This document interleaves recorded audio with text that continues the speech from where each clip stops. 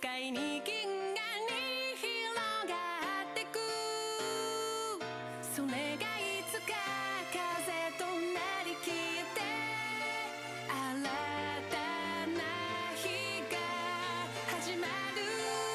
越えてゆく時の輪の中で確かに刻みつけたきらめき、同じ空誰かが見上げてる信じたから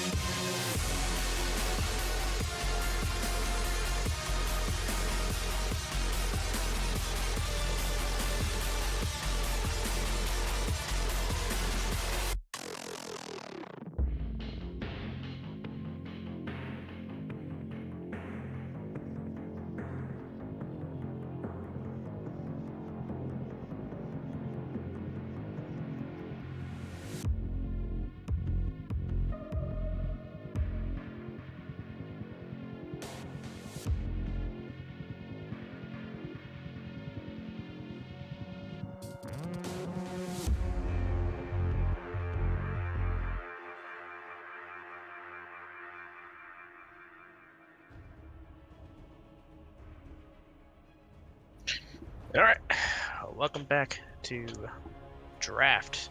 To our draft, and today's actually going to be the second round of playoffs, upper finals and lower quarterfinals. I think we call it. I don't know. It's weird, but second round. We have one guest. We should have had two. Actually, no. Sorry. We should have had three guests. One of them just ghosted. The other one should have been here, or they might be sleeping. And then the only person that showed up was Chelsea. So Chelsea, how you doing? I get it. I have an intimidating presence, an aura about me, so it's honestly very understandable. Yeah, Lena forced me to do a how to talk today because I think he's has a fight today or something like that. I think he's an amateur boxer, so hopefully he doesn't get his ass whooped. But we do have an interesting day. I'm not sure if which captains, because we did make the announcement before playoffs started that while the upper semis and then everything in the lower bracket onward is like a best of 5, the teams can, if they want to, gentlemen's agree to a best of 3 series instead. I don't know if any teams took them up on the offer. Sometimes in the lower bracket, I wouldn't do that. Upper bracket, maybe. But we'll see what happens. But we have 4 matchups today. 2 in the upper semis and 2 in the lower. Actually, it's not lower quarters. It's lower, like round 1. But anyway, let's go ahead and get started with the first matchup. And I had my own predictions, even though like I just totally didn't really guess, but I just went off which teams I thought was best at the very beginning of the season. And look, it was the same as everyone else's. So let's go ahead to the next slide and talk about the first matchup, which is XSV versus Goated.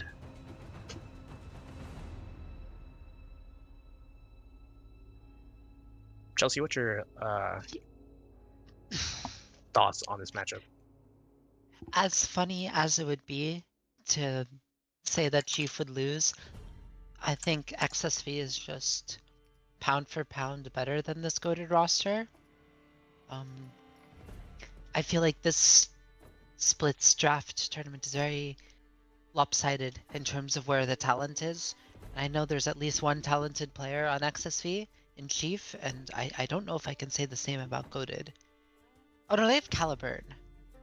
Loki, I mean, I think if they're gonna win, Caliburn is just going to absolutely like drop an absolute nuclear bomb on Mohawk. But I think that Mohawk is very well accustomed to putting the fries in the bag, as one would say. And so I think that he can McDonald's worker his way out of that matchup. And I think Chief is just gonna, because Chief is so good, it makes it harder for Caliburn to play, because he's just going to win bots and then he's going to go run into his jungle because the support role is like absolutely like bonkers overpowered, and Riot won't fix it. So my money's still on Chief. A support role is overpowered if they know how to utilize it, right? A lot of times you just see supports just playing like a bot and just sticking with the ADC or just like going to the real objectives when they paradox, need to. because I completely agree with your point, Bully, because it's the most overpowered role and it's filled with like the least talented players, and so that sort of balances this out in a sense. But Chief is one of the few supports who I have any modicum of respect for. I play with him on my pre-made team, so shout out to Chief. Hate that guy. Yeah, and he or not the XSV roster ended up being 5-0. No, I don't remember. I think they lost. They lost one series to FFs, maybe. I mean, I don't think they lost a series. We haven't seen them like play League of Legends. Oh yeah, they haven't lost a game actually. So even better. So yeah, they duoed last week as well. So yeah, it was AI. It was AI slop that lost via FF. So yeah, so they lost that FF. But I mean, the funny thing is they still ended 4-1s. But they had 2 other game losses. So I mean, I just think as XSV is just gonna win this pretty easily. And if Goated comes out on top, they have an easy route to get to the grand finals. After that, I think. Do they? No matter which team wins, I'm going to pack them up. The upper finals. Maybe, regardless. maybe. I mean, I still believe in XSV draft. I don't think Caliburn can like 1v9 his way through this series. I honestly, it would be really funny if he does, and part of me is rooting for him to do so. Because then I get to make fun of Chief, which is generally just my prime objective in most things. So, good luck, Caliburn. Yeah. And we could go ahead and go to the next matchups. So Skibidi Skeletons versus the Shadow Collective, which is a stream match and is of obviously your team, and obviously you're gonna pick Skibidi Skeletons to win. And funny enough, you're supposed to play against, or you're going to play against someone that was supposed to be in our talk with us, which is Jakester. And so I don't know if he's getting a few minutes of shut eye or if he just like. I mean, it makes forgot. sense that he'd be scared to be in the same call as me. As last time we played, I blinded Cassidon into him and won, which is like kind of embarrassing on a fundamental level, if you ask me. Because I remember I'm blinded Cassidon and he R5 no Fury, and he got me. It's like 30 kills up or whatever, and he couldn't close. So in a best of 5, I wouldn't trust the guy with choke gene. The rest of his team, I actually don't remember if the rest of his team was good. Oh, his jungler was good. His jungler is like actually a good player. Unfortunately, he's against Edaconic, which is like kind of unfair. Yeah. Edaconic's sort of a cheat coded draft, but if Edaconic like wasn't in the league, I'd say like this Gunner guy is like actually a good player. Like I was impressed when I played against him. So do you expect, was, like, no let's say you guys win today, do you expect to see Shadow Collective make a run into the lower bracket and then, I maybe think it's possible. I think if this Gunner guy keeps playing the way he did when he played against us, I think it's definitely possible. That guy, this like, team's kind of generally nasty? teams have like 1 to 2. Most of the teams in this league have 1 to 2 good players, and like an objectively high elo mid laner, and the Gunner guy. I think, if they lock in, I think they can do stuff. It's funny looking like after like at the end of drafts, like the draft season where someone got picked. Let's say like Pino, for example, was a platinum player last year. Was a gold player before that. I was Emerald too. So you think that okay, I got some value out of that pick. So I mean, their roster looks kind of decent. Your roster looks like crap. Your mid laner's terrible. But Honestly, other than that, you have Iconic and Sovereign Citizen who are really good. And Toad. So that's I don't even our know how third mid, by the way. I don't even know how your roster came together.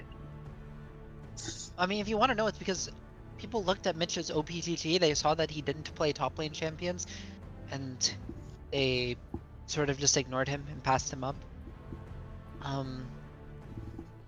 I think getting Mitch third round is insane for us. It's like fantasy football all over again. People just like don't go for people that are just good. They're just like, you know what, this guy is gonna be the next, Jamar Chase. Instead, they suck. But yeah, your roster's good. I mean, pound for pound with probably the other team in rank, it's obviously looking better, but anything can happen. I did put you guys to win, and I think it's going to be a 3-0, but we'll see. Yeah, I mean, another thing too is as the season goes on, since I've been doing a fearless season, so as we play more games, my champ pool becomes smaller. So I either have like less of a champ pool to pick from, or I have to break my fearless season, which is gonna do like, that's gonna piss me off, and now I'm gonna play worse. So I'm like, oh, I have to break my fearless season because we're losing, and so it is objectively gonna be harder for me as the season goes on. So maybe they scale. Like, I can't be 5 cats into this guy blind again, physically, which is probably good for his chances of winning. I think it's funny that we all picked the same thing, but those matchups matter, but not as much as the matchups in the lower bracket, because you lose and you're done. To be fair, this is like their second chance because they lost last week. So we're gonna have to see if they have it in them to kind of make it to the end. And the first one is going to be the Mongols versus Scooter Shooters. I never got a good read on the Mongols, I'll be honest. The Mongols is generally Ixie doing his best to try and drag his team across the finish line, and his team tries his best to drag Ixie to the depths of hell, and Ixie is not here today, so I think the Scooter Shooters will win. I think it would have been a lot closer if Ixie was there. I know their captain Makryu is supposed to be like generally like higher elo than a lot of the other top laners, but I've not really been impressed, I guess. It really just has been the Ixie show. I thought Ixie would have like a little bit of help, but he has no help. But Nixie's not there, so Makryu is gonna have to lock in if he wants to win. But I think it might just be good for them. It might just be like have fun. We're pretty much done kind of. Might be issue. handshake a best of 3, play 1, and then FF the next game, you know? AC was their first round pick, wasn't it? Yeah, Ixie was So- there. Yeah, it's a tough one to lose. But what can you do? I mean, I don't think I have much to say about this matchup because I didn't think, even with XC, I didn't think they're gonna win. So without XC, I think it's just gonna be kind of a one-sided affair. Yeah. But let's go ahead into the last matchup we did. Just find out that your match is 15 minutes delayed. My match is delayed? I think so. Who delayed my match? It said just guys. Lean told us that you guys are starting 15 minutes late. Oh. Oh, okay. Yeah, Ida just messaged us. Right. They are stuck in traffic. It's not our fault. We didn't cause the delay. Yeah. Anyway, sorry. So- Last series, Team Griddle versus whoever. Oh, this is the series. It's a series I like want both teams to lose because frankly I don't like either of them. But when I look player to player, I think Team Griddle is better. Forest Giants have Slinkies, who's their like best player, and Team Griddle has Jolts, who in my opinion is better. Oh yeah. And the thing is, even if Jolts isn't better, Jolts is really good at doing what Mohawk will do and just like McDonald's worker it up.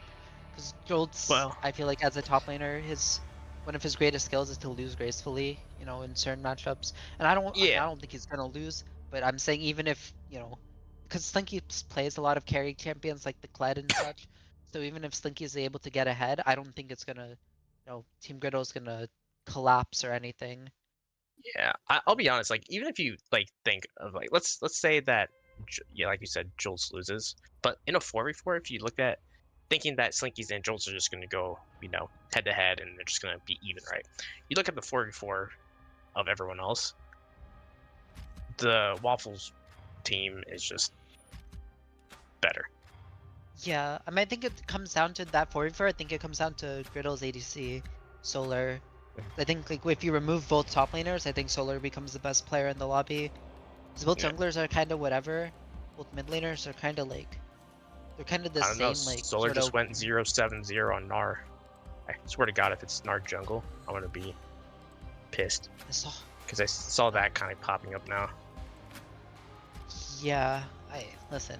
I'm That's not Gnar top, really- but 0-7-0. They lost to an orc. Listen, why are you exposing this guy's like solo queue history? Hello. That's crazy. But Listen, I I mean, believe in Solar. Believe might not believe in you, Solar. I don't know if you're hearing this, but I believe in you. So you gotta believe in the me that believes in you, and don't believe in the bully that believes in nothing. Okay? look. This is him playing top lane, but he's an ADC main. I don't see Gnar's people kind of going like from an AD carry ADC though, to no? top. No, Like, not he at has- all. He has Not a he has chance. An auto attack, bro. Think about it. Gnar is Yeah, pretty he much auto top lane, attacks. you know? Yeah, he has a 3-hit passive. So does Vayne. Think about it.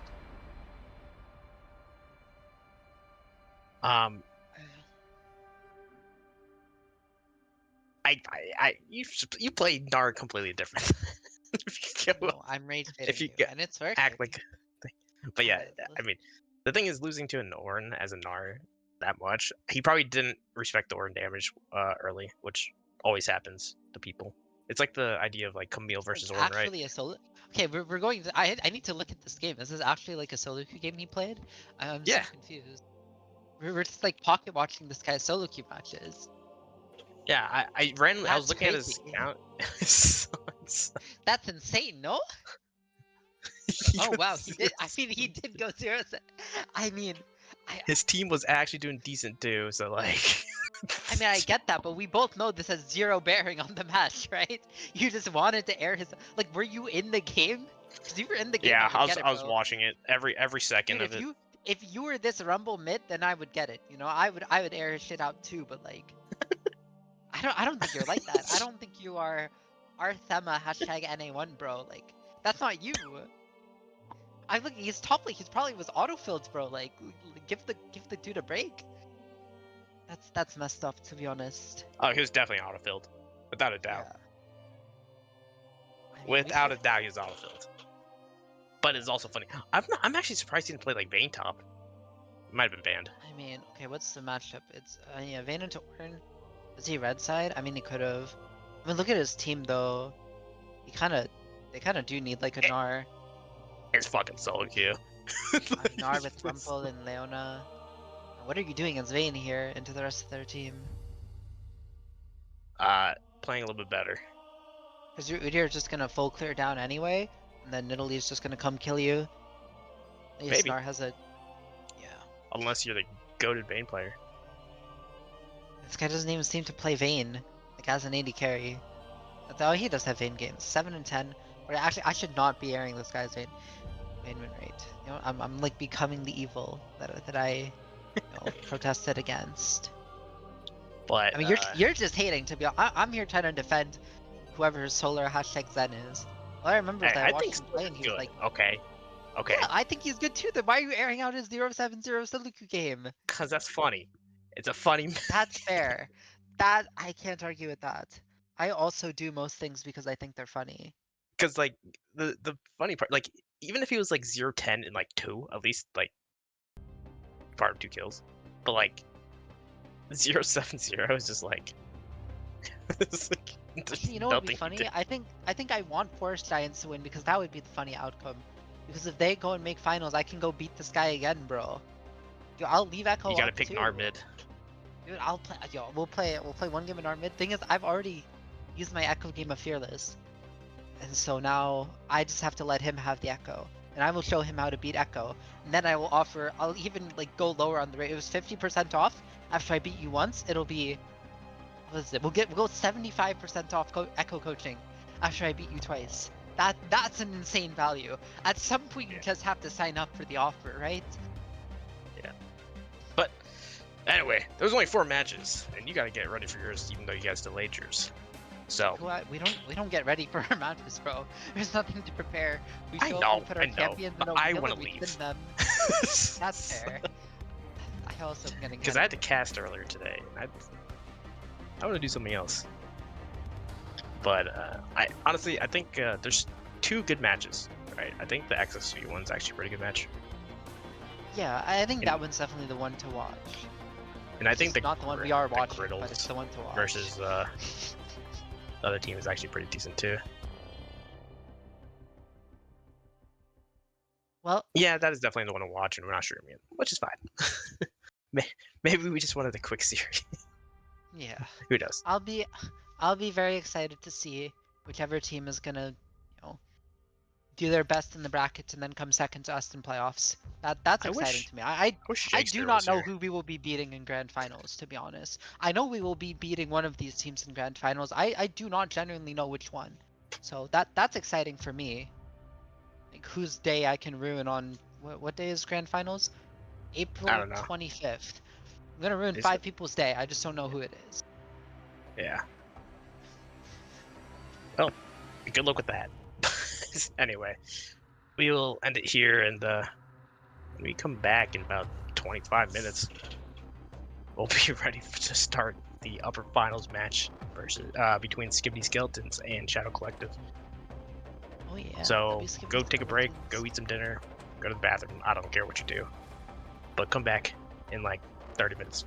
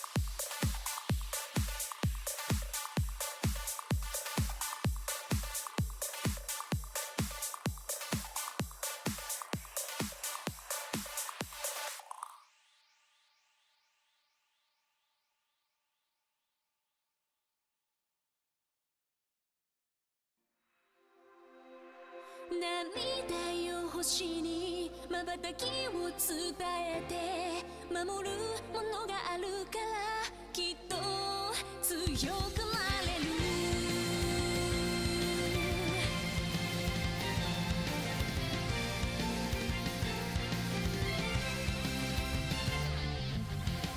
語るべき言葉なくした星の守りでは時の果て夢の果て闇に立ちすくんだ風を呼んでみたんだ空に向けて誰かを呼んでみたんだ光求めたソリチュードかすかなレゾナンス確かに届くロマンスそんな流れ星たちを抱き留めた明日が見えなくだって乗り越えなくちゃって奇跡の奇跡描き未来へつなぐ Growing High 心のフォトンが銀河にこぼれて道を強く照らす Burning Bright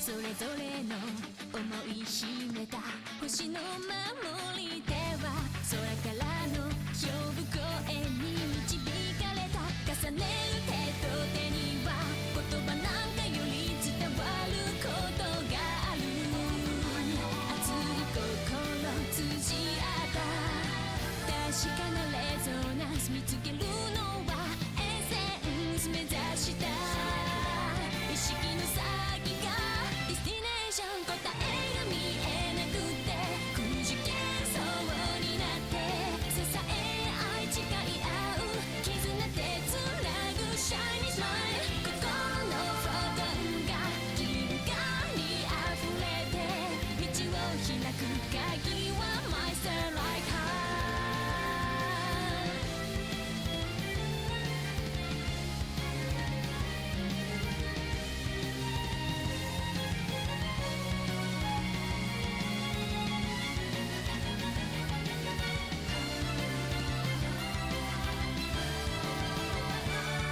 明日が見えなくだって乗り越えなくちゃって奇跡の奇跡描き未来へつなぐ Growing High 心のフォトンが銀河に溢れて道が開いたら羽ばたいてゆこうよ乗り越えてゆこうよ星空と溶け合っていつまでも行ける Fly High まっすぐ願いを世界に歌って新しい夜を新しい朝をここからまた始めよう My heart shines endlessly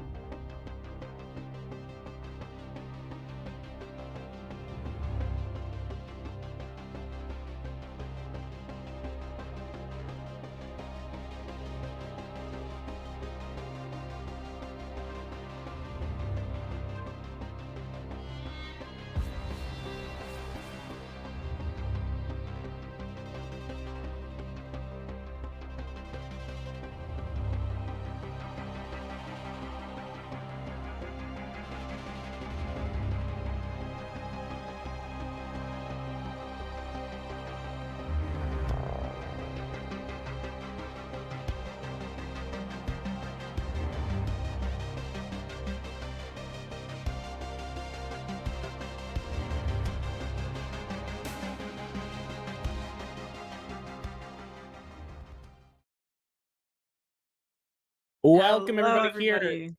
Oh, my bad. Oh, okay. You go. All right. You go. All right. Hello, everybody. Welcome back to the Blue Otter Draft League. We are finally, Becky, in best of 5 territory. Is that a good Uh, thing? that's really going to depend, but at least it's going to be interesting.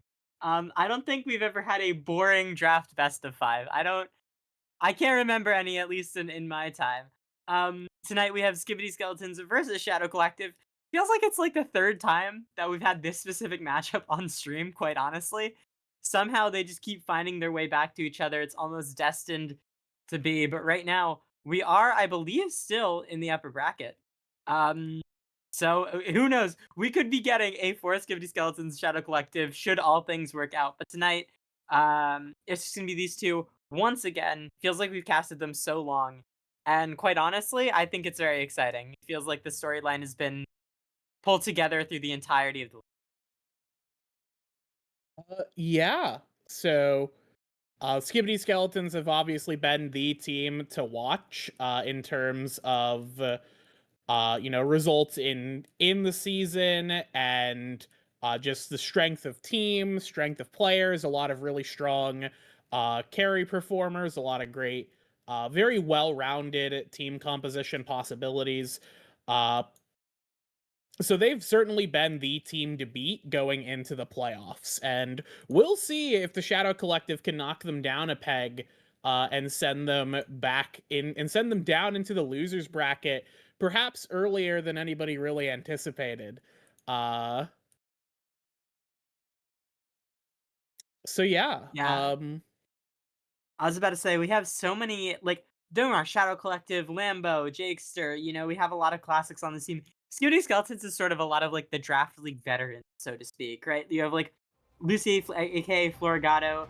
You got Toadstep, Chelsea, Edaconic. Like it really does feel like you just kind of have all of the like veterans that have always done well on this team. So we're gonna hop right into draft.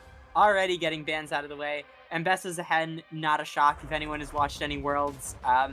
Pantheon's still left open, but those picks seem to be all of like the bruisers with like automatic armor penetration on their ultimate seem to be doing really well. Shockingly, I wonder what the common denominator is there, but have been doing really well. I'm not surprised to see it. Singed banned, very specific. We're also going to see the Xin and the Wukong both banned for Edaconic, not shocking at all, and the Nico as well. Couple players on this team play it, so I'm not shocked to see it. And we're seeing the immediate Fizz lock-in here. Oh boy. Yeah, no, this is what we call a pro gamer move. We are locking That's one thing in to call it. Mr. Fizzington, a champion you typically just don't see at all. Largely just because it's a very niche pick. There aren't a lot of... And you typically see it more as a counter pick than a pick being dropped like onto the floor here. Granted, there are some... Fizz does have some jungle buffs. That was one of the champions that got some jungle buffs closer to the start of the season. Haven't really seen them amount too much, generally speaking. I've certainly not seen it, but this could potentially be a flex. I feel like Ida is an insane person, so we could see potentially Fizz jungle. Not necessarily Ida's MO, I would say, but could see it potentially as a flex. Who knows where it's going, to be honest. Could even go top. I know that Skibidi Skeleton's top laner is a psychopath, so... I mean, honestly, like, look, this team has a player who, mid laner now, thankfully, but has unironically played Gwen bot in the past, so, I mean, this I team really has think played Skeleton's Olaf 80 carry more than once this season. I was about to say, it's so... like this team kind of just does what they want and wins, so, that is, who knows, Sivir jungle, why not? No, it's probably going bot lane, especially into the Karma Smolder. Karma is one of the best supports right now, has just been phenomenal throughout these last couple patches. Bard also a very high priority pick. The Smolder, not as great in lane in sort of those extended fights, but has some poke, Sivir as well. So a lot of these teams are going to be relying on, both these bot lanes are going to be relying more on their supports to help out a lot in lane, get a lot of that like pokey burst damage off. Obviously, Karma's Mantra Q is just so good. Bard with that early Q stun and base damage just is really beneficial. So, yeah, early game, like, supports get some poke off, do a lot of roaming, scaling ADCs. You see a lot of similarities here as the Jarvan gets picked up for Shadow Collective, also a very good early game focused jungler here. I will note that Pantheon is still up. I don't think Ida plays it as much, but I've seen it before. You know, it's not impossible here, especially with this good pick, and into the Jarvan holder especially. So we'll have to see how it plays out. We are seeing the Gwen ban. Also still a flex pick for this team. But right now, Shadow Collective have this, a very standard style of team comp. Skibidi Skeletons, a little bit more of that like pick base, going to be reliant on execution. But we'll see how the rest of the draft shakes up. We're seeing a lot of top laners banned out, which I don't think is shocking to anyone, right? The Gwen gets banned, okay, they might want to play a tank. We're probably going to ban the Ornn, potentially also the Scion as an optional ban for Skibidi Skeletons. You could see Shadow Collective. Wouldn't be surprised to see another sort of top lane counter pick ban, or maybe a very specific jungle ban here. Yeah, it's going to be the set again. A lot of these sort of anti-tank picks. Okay, banning the Diana, which I think we could see just an immediate lock on the top lane here. We'll have to see. Especially knowing it Fizz, a lot of those big tank counters are down now. But, I mean, it could always be... No, it's going to be the Mordekaiser. Okay, just ripping it. Straight open. Yeah, we're just full sending that top lane pick there with the Mordekaiser. Unless this is like Smolder top lane, which is not like something we've never seen. But it's... I mean, what would that be then? Like Mordekaiser mid? Mordekaiser bot lane. jungle? We're going back to the... Oh, okay, so what? We're playing Jarvan mid, Jarvan ADC? Jarvan top lane? Jarvan support? Going back to the old days when Mordekaiser was a bot laner? Getting Ghost Dragon back? Yes. Okay, the Nasus. Now we're talking. Okay. We're just going full... What are these comps, dude? These are like... This is we're just like... picking our favorite Skeletons champions. is just like... We're picking... It's Bard and then just OG like season 1 to 4 champions right now. Dude, we don't like new champions. It's just 200 years versus Nasus stacking. I like it. Look, I'd imagine this is like going to be the Jace jungle. Yeah, that wouldn't be too surprising. I'm pretty sure Ida has also played it, so the Jace jungle is certainly an option. It's also the preferred method of Jace nowadays. Like they just decided one day, they're like, you know, we haven't done a weird messy jungle pick in a while. Let's just throw Jace jungle to the Koreans and see how it goes. And then Korea was like, that sounds awesome, guys. And then Jace jungle is just insane. Let's see what the Koreans do with this pick. And the answer is vulgar things. Galio. Okay, we've opted into a no damage composition. This is... I was about to say, we are all in on Smolder executes right now and early game pressure, because, like, dude, if they're not using, like, Galio, Jarvan, plus, like, Karma base damage in that early game to win those fights, like, that mid game is gonna get rough. You just have so little damage, especially if that Jace is getting ahead, just blowing up your targets. If that Nasus is able to join the team fights, you know, stack a little bit of armor, it can get very difficult very, very quickly.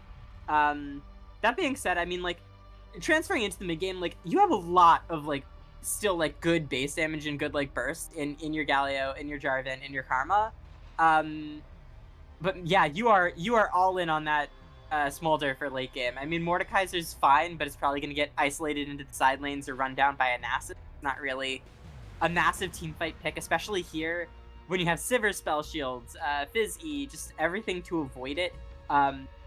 You also have, you know, Bard R to buy time, so it's going to be a lot of pressure here on Lambo to get this off. Yeah, we'll have to see if Lambo can make it happen. Meanwhile, the Skibidi Skeletons have certainly drafted a composition. They have assembled a team of what could be called charitably 5 champions. I really don't know what the game plan is, other than we're just better gamers. We are going to flex up, we're going to stunt on these hoes, and there's nothing they can do about it. I can't really fathom what else this composition does. It runs really fast at you with the Jace Gate plus on the hunt. which is good because how else are they gonna get on anyone in this game?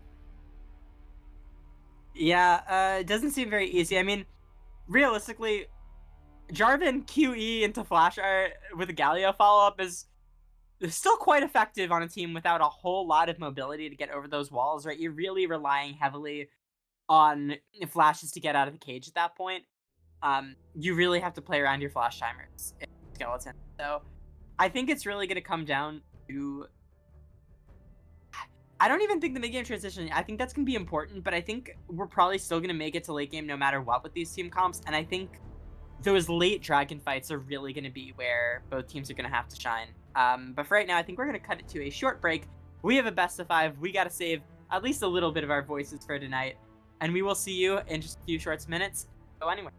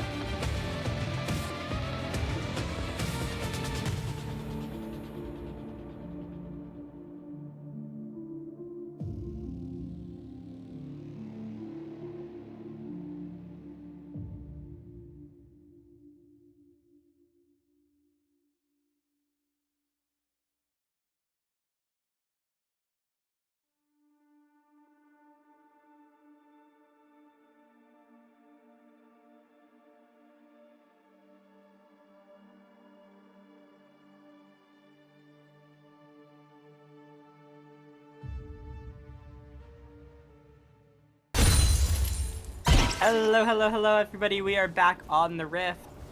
And already into lane it looks like, too. This trading's already started. And the kite is already out. The fighting has already started. It's coming very low here. Has to be careful. The kill comes through from Adam. The barrier from Lucy to survive just a little bit longer. But Hannah is being able to fire back, getting a lot of damage now, especially on Adam and Lambo. It's very difficult. Chasing, putting on that pressure. Bot lane, it looks like Skeletons are currently winning this trade. It's Hannah just throwing damage, but maybe a little greedy, but the Lucy slashes forward. He manages to pick up a kill. Now it's Jake's carrying mid lane. I just realized it actually is the Jace mid and the Fizz jungle. The fungal, I'm not gonna try and make that work. But yeah, still, it's an certainly interesting something. I wouldn't have expected it just because I know Jace jungle is actually quite good right now, but still, all in all, I'd say a very worthwhile trade for Skibidi Skeletons right there, because it's gonna be Lucy getting all the farm there. And you know, Lambos can be able to pick up a little bit of it, but still, solo XP and you know, all the extra farm for Lucy is gonna be really, really Yeah, all that extra farm will certainly be useful. Currently, right now, that little 1-for-1 there, not super. Will make a little bit of a difference right now. Coming back to lane here, Smolder picks up that longsword. Sivir gets a coal and the dagger. Ooh, Gunner just narrowly sniping away the that Scuttle Crab from Ida on the Fizz. I also definitely said that Fizz jungle was a possibility, since Ida is a crazy person. I didn't expect it necessarily, more so than the Jace, but I am very curious to see how it will perform. I will say I do think that Jace is way better into Galio than Fizz is, so... Oh, 100%, yeah. In terms of playing around the Galio pick, it is a much better choice. So we'll just have to see. Okay. Yep, we are fine up there for the time being.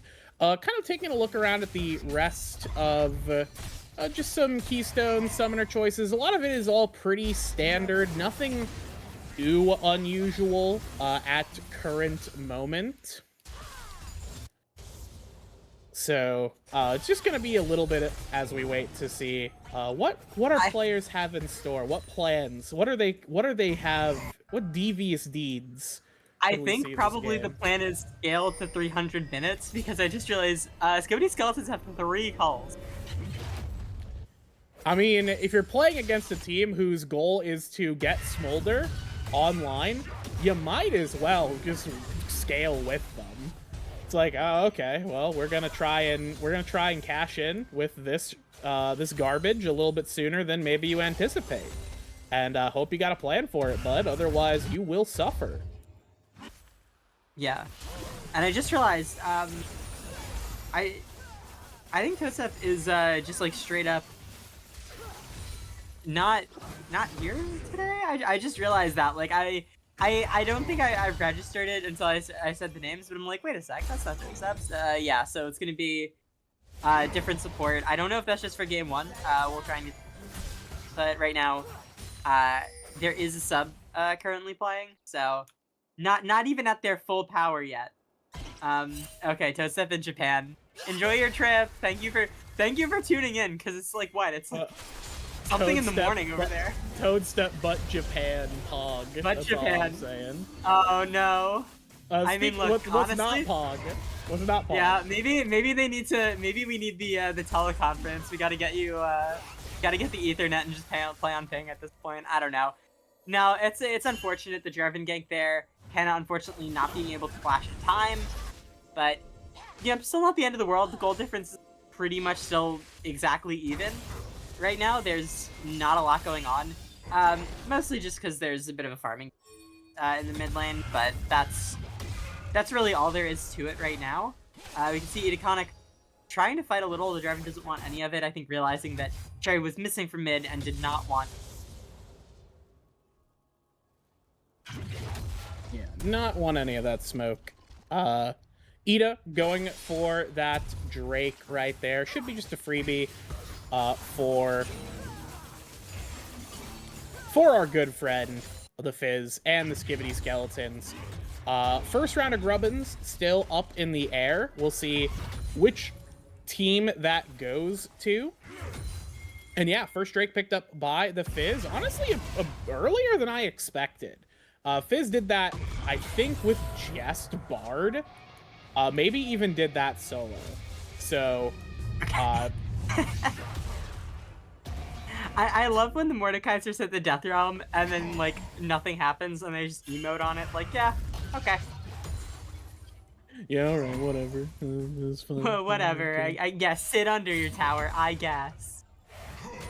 Yeah, you do you, bud. Yeah, what am I gonna do about Oh it? no. Oh no, Oh, Jakester. no. The taunt Ooh, comes out. Jakester. Still has flash though. Gonna be using it. There's a shark. Jarvan now here, trying to Oh, land. no. Cataclysm goes down. Jakester at one though, and it's gonna be Ida picking up the kill. Now it's gonna be Gunnar in the middle of two people. Flash forward from Oh, we Ida, got trying more. to get an extra damage off. Just needs a little bit No! more on the speed Triumph gate. Beats him up. Oh my god, wait, is Ida kind of gonna get out of this? We have a little trading in the bot lane, but back up towards our top side. Ida Oh, managing the to land the E, avoiding the trouble! Q. Has to play off of this blast cone. Try and find it. Gonna keep chasing. No! He gave up! No way. Oh my god. The Fizz special. The great escape right there. I can't believe Ida makes it out of there. Yeah, no, that was very well done by Ida and Cherry. As we do have another scuffle. Yeah, Lambo flashing. Forced to use that because of the Ignite and the ult as well. But both ADCs very low right now. Ooh, the ult coming down on the tower. Might be a little bit early. Cherry managing to get some poke onto Adam. They know the flank is coming in here from the Jace. They're going to have to turn it. Jakester is here with the ultimate, but has to be careful. So much poke coming down. Yeah, now just going to fight Jakester. Anna's here. J4 is coming in though. Cherry has to be careful. Knocked up by the QE. Oh, and the flag and drag might just be a little bit too much as the shutdown goes over to D Lambo. And 3-1 now on the Smolder. I'd like it. It was a nice attempt. The wave clear was not quite there in time. Yeah, unfortunately, that wave clear will not be there for that kill. I will say, I do like the theory. I think, you know, you have fish in a barrel. That is where you want to have your Jace prepared to go crazy and, you know, just poke at them if they can, wait for the wave to go in. But Jakester and Gunnar were just on the draw a little bit faster as a flash from the Mord going into the Death Realm, try and survive, but will perish. Yeah, first kill in that top lane, finally going over to the Nasus after 9 minutes. Average top lane island where we just farm until a jungler shows up. We get a kill, and then we go back to farming until a jungler show up again. You love to see it, but it is going to be Ida probably picking up all of those grubs, as well as that first dragon. So right now, these Skeletons, not only with a small gold lead, but also with a big objective lead right now, which is really important. The bright side, if you're Shadow Collective, all of your kills and all of your gold right now is on the Smolder, which is exactly where you want it. Yeah, all that kill, all those kills, all that gold, they want it on Smolder, because this is Smolder and Smolder accessories. Not again. Bard, Not again. Yep, no journeys will be taken here as Hannah gets taken out for another one here. This one going over to J4. And really, the sub in for Toadstep has been very underwhelming.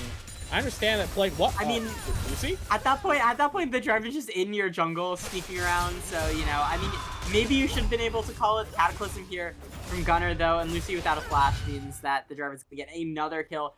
Maybe a little aggressive to stick under that tower, knowing that Jarvan's still there, and that your jungler is completely invading their top side. You know, you just have no cryo. But it's still unfortunate being able to get all those kills there, especially with the dragon coming up in a minute. The bright side, the Jarvan doesn't have ult. Probably gonna get back shortly after the spawn though, and having to use your barrier kind of sucks. That being said, it's still not the end of the world. You still have your entire team up. You know, Ida should be down there in time for the dragon. Damage coming through in the mid lane. Jakester has to be careful without it, but it is gonna here show up once again. Just this Jarvan exactly where they need to be, seemingly at every point in the game. Yeah, Gunnar playing very well around the map, just communicating well with the team, being where they need to be. Fortunately, a lot of the plays have been very much centered around Lambo, and I think that's Lambo and Jakester both. And I think that's something that's very convenient as a jungler when you don't really have to think about where you need to be on the map. You know that your top side is getting absolutely ignore weak-sided. top lane. When you know that, you can just kind of plan very easily around, okay, where am I going? Ah, God, it's exactly where I think, where everyone thinks I'm going. And they can't complain about it because that's just been the game plan. As the Cloud Drake will go over to Shadow Collective there. First round of Grubbins did get picked up by Lambo. Skibidi Skeletons. Oh, Lambo. Ooh, great stun. Yeah, not in a good spot. It's going to be Edaconic trying to lay the execute here. It's in from Jakester, but it's just a little bit too late. The rest of the poke coming out. The Jarvan Cataclysm goes down. Now in a fight with Lucy, the 1v1 goes off, and it's Gunnar picking up the kill. 1 for 1 for both ADCs. Kind of, Skibidi Skeletons kind of ignoring their carry there. Had multiple flashes. They could have gone over the walls without that. I guess they just thought that Lucy had that one. Yeah, maybe they just didn't think it was worth it, which I get. Maybe at this point in the game, with death timers is still fairly low, maybe it isn't worth it to throw your life away for Smolder. But I feel like if your game plan is Smolder and Smolder accessories, you probably do want to throw your life away for Smolder. That's like your goal. That's you should be proud even to throw your life away for Smolder. But in this case, they will let Smolder die here. I don't think it's a huge loss necessarily. It's still in farm, still in kills. Lambo is up in gold on Lucy, but you have to consider the other factors that the Skibidi Skeletons have here. First of all, the Fizz. Ida on the Fizz is looking pretty nice, not gonna lie. Looking pretty okay for themselves. Certainly not, like, amazing necessarily, but I certainly wouldn't complain personally. I mean, 202 with a decent amount of farm, as we do have the golden. Yeah, just going in, getting a lot of damage down. Lambo getting chased off, and it's going to be Lucy picking up the kill. Yeah, like you just said, the Dust Comes finished, the Utah finished for Lucy. A lot of these first item spikes coming in. Finally, like, all of them getting their call completions. And this is where you see the massive spike in gold, right? Not just in the kills, but all of those calls getting completed is about a 1k gold swing immediately. Now has to be careful, though. Lucy getting jumped on, and yeah, I think Hannah realizing, like, yeah, there's really not much I can do there without the ultimate. You know, if Lucy wants to get out the flash, it's going to have to be used, but Gunnar had the Cataclysm to follow up, so there's really not a lot to be done on. Yeah, unfortunately, not a lot to be done, but you accept your death at that point. This is a game where it's just going to take a little bit of time for Lucy to come online, and I feel like, fortunately for the Skibidi Skeletons, they have time, because they can take all the time they need. They aren't really threatened by anything until Lambo hits that late game. And granted, that is going to be pretty scary, but they have some time to wait for that, and Sivir is a character who does have that potential to scale, to wave clear, and to just kind of be a menace throughout the mid to late game, if given the chance here. They're letting maybe Lucy taking a lot of chip here, as we have 4 on bot side once again. Shadow Collective know the win condition, and they are absolutely investing into it. Yeah, just not letting the Sivir play the game. Meanwhile, as this happens, top lane, not a fun time for Pino right now. Citizen just up there, absolutely demolishing, getting full waves, probably going to get some extra tower plates and bio here. It's going to be really nice, especially with that Herald spawning. Going to be kind of a big deal. Might actually just get the full tower, I think. Honestly, the Qs might be enough, yeah. Yep. Just a massive gold swing up in that top side that just hit. Dragon up in a minute. Going to be able to possibly help secure that Herald. We'll see. Could just... Ida could clear back, go Herald, grab the Herald, drop it, force the Dragon, and that's just a massive, massive objective swing when you're already about 3,000 gold lead. I mean, Skibidi Skeletons are just playing impeccably right now.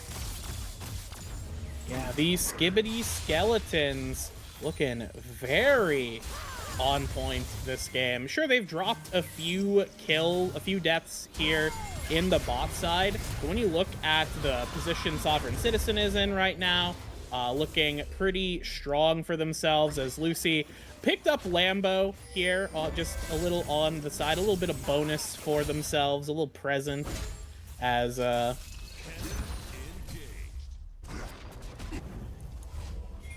yeah. Currently, though, Gunner does have a decent amount of gold on the J4. How much does that matter is a separate question. We don't need to worry about that. But yeah, this dominance in top lane. We have the Bandle Pipes, baby. Bandle Pipes on I mean, this NASA. this is something that we've seen, I think it was like once the first strike. We've seen it in a couple leagues, right? The Bandle Pipes, you just get immediate off your W. Not only do you get the movement speed, you get an AoE attack speed aura to your entire team. The stats are really good and efficient with the tank item. Like, it's just really good on NASA, surprisingly. Engage now from Jakester, but he's going in kind of alone here. Hannah finally going in, the flash from Lucy and Hannah at the same time.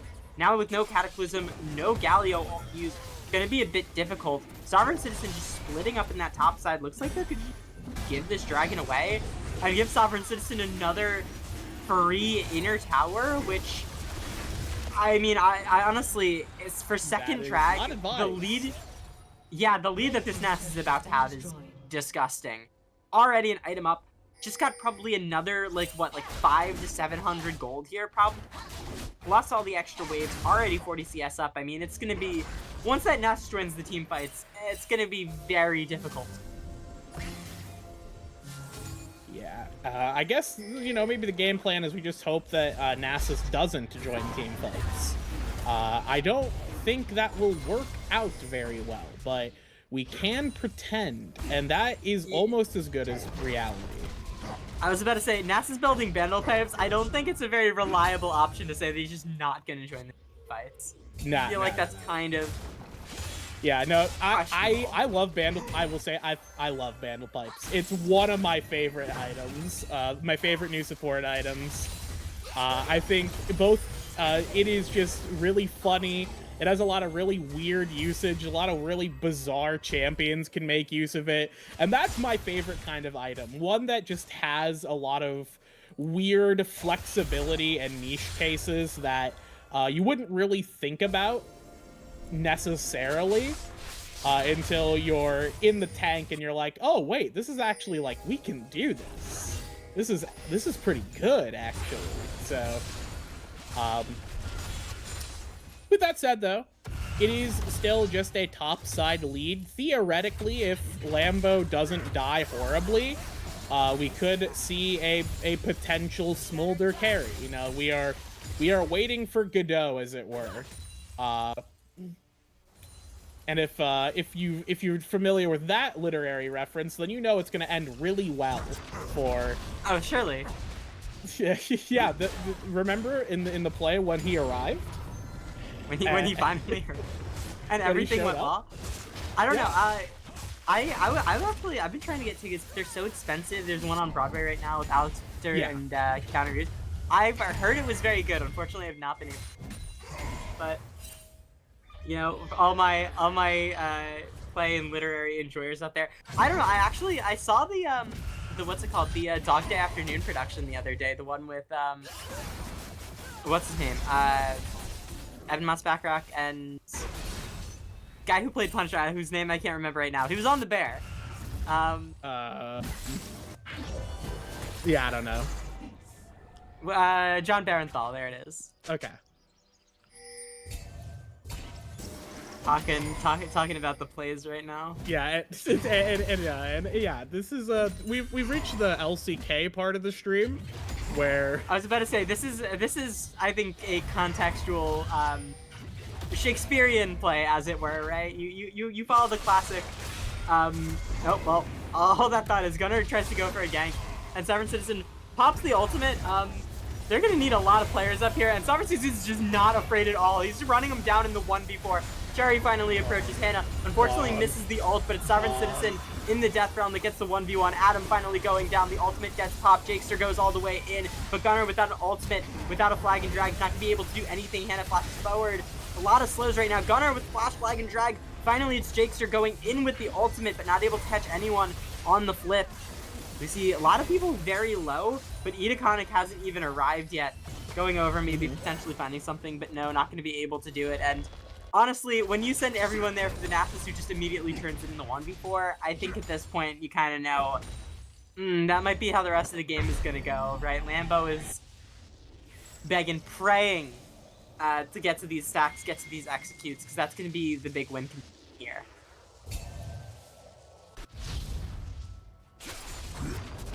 Like I was saying before, a bit of a Shakespearean style of play, right? You meet all the characters, everything's, a happy-goody, a problem happens. Everyone runs into the magical forest where, random insane shenanigans ensue, and then we come out having learned our lessons, right? For Skibidi Skeletons, at least. No. Well, for Skibidi Skeletons, well, hey, they learned not to let their Sivir get jumped on by a Jarvan and do nothing. Shadow Collective maybe not learning as many of their lessons, so yeah, maybe the Shadow Collective are currently stuck in a farce. They are. I was about to say they hitting the have not gotten to Act 3 yet. They haven't read that far. Yeah, and that's okay. They'll be as surprised as we are when they learn that Smolder will not win the game. But theoretically, Smolder can get some executes, just needs a really good fight, and Edaconic is just going to get another free kill. Oh no. No.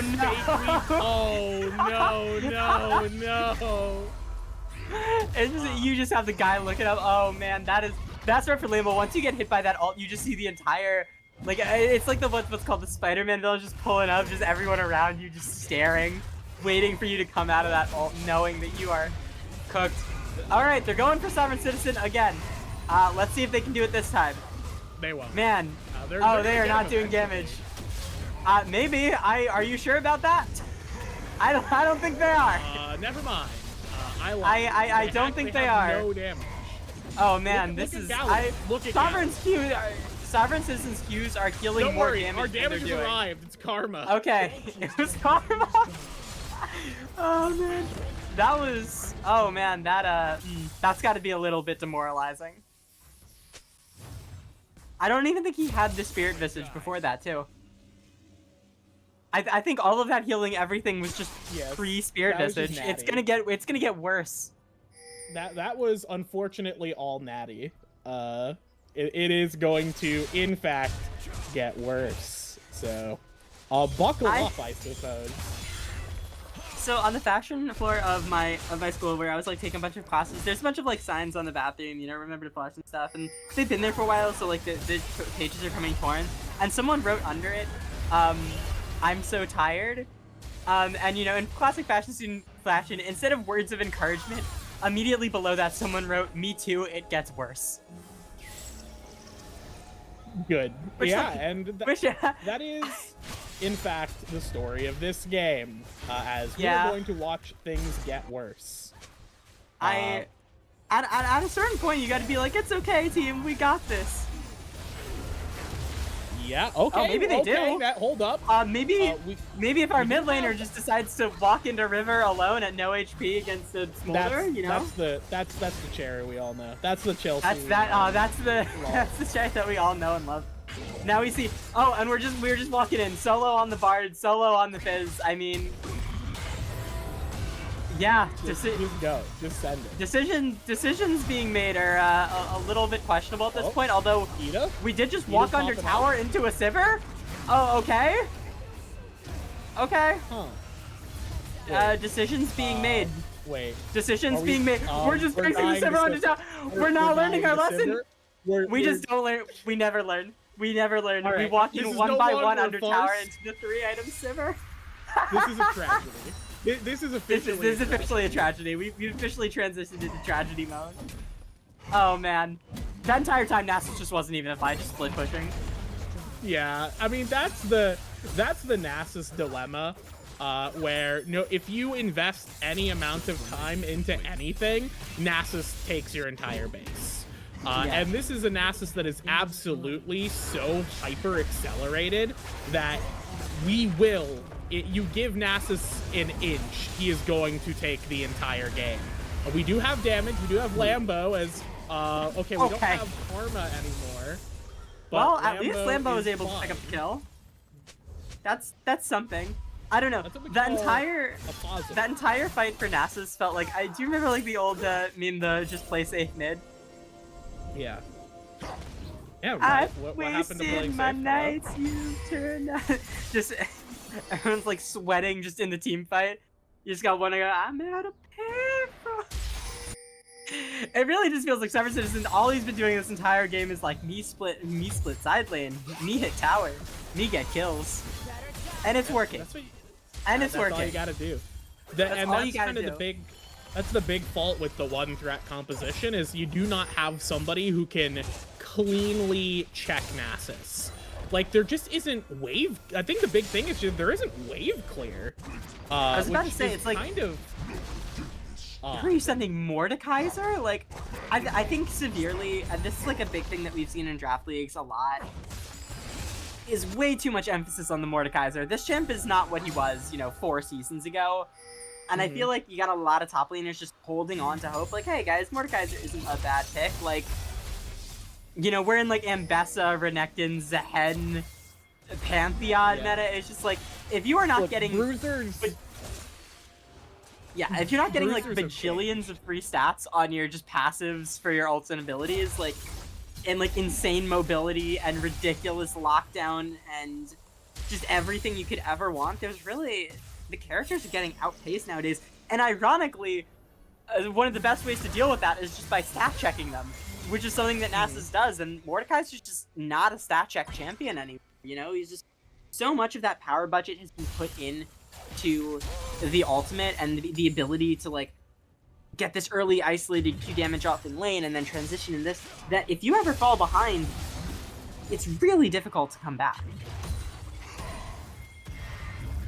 Yeah, and it is going to remain difficult. Oh, they're sending. We're 5 people. 5 people for the Nasus, who's just walking away. Yeah, Nasus is out. He's sayonara. See you later. And soul point. Now, on the Chem Soul for Skibidi Skeletons. Yeah, that is Chem Soul. Lucy very now much back into the game. Ida and Nasus still incredibly strong. The thing about a 4-man roster when you got the Nasus splitting is that your 4-man needs to be able to check their 5-man, and absolutely the 4-man here checks the 5-man. The 4-man squad of Ida, Cherry, Lucy, and Hannah are strong enough to contest the 5-man squad. And the thing is, again, you can't have that happen because then Nasus takes your whole base. So, what's the plan? What's the goal? How do we get ourselves out of this one? Yeah, just very difficult play. I'd also just realized it has been almost 5 years now. We still have Dragon Bug. Chem and Hextech Soul do not appear on the objective timings. Riot Games Classic, everybody. Yeah, small indie company. Go on the Baron. Oh, the steal. Nope, not happening. Yes, despite all evidence to the contrary, Ida does land these smites sometimes. Sometimes. Landed that one. Will perish, and then immediately dies. Okay. They're just gonna keep chasing him down though. This entire time, Citizen's just been in the base. Yeah, Nasus is in base. Yeah, Nasus is in base. Lucy running down the rest of the team, and running down the base for Sovereign. Yeah. We got our cake, and we're eating it too, and we're eating them, and then they're going to eat me. Oh my Baron God. for base, question mark, but you don't get Baron either? Yeah, nothing for base. So that's actually... Nothing for base. That's a great trade, in my opinion, as, it gives you more time to think about draft for Game 2, as it's going to be Skibidi Skeletons picking up Game number 1 in really dominant fashion. I'd say there was maybe a couple times where Lambo might have been able to do something, but it just really didn't feel like Shadow Collective ever had control of that game. It was Skeletons just running it completely. Yeah, no, skeletons. There was the super early game, Shadow Collective were able to pick us some stuff up on bot side, but that really just didn't amount to anything because the problem with playing against a composition that has more than one threat is you can't just shut one guy down. And even then, they didn't let Lucy stay shut down.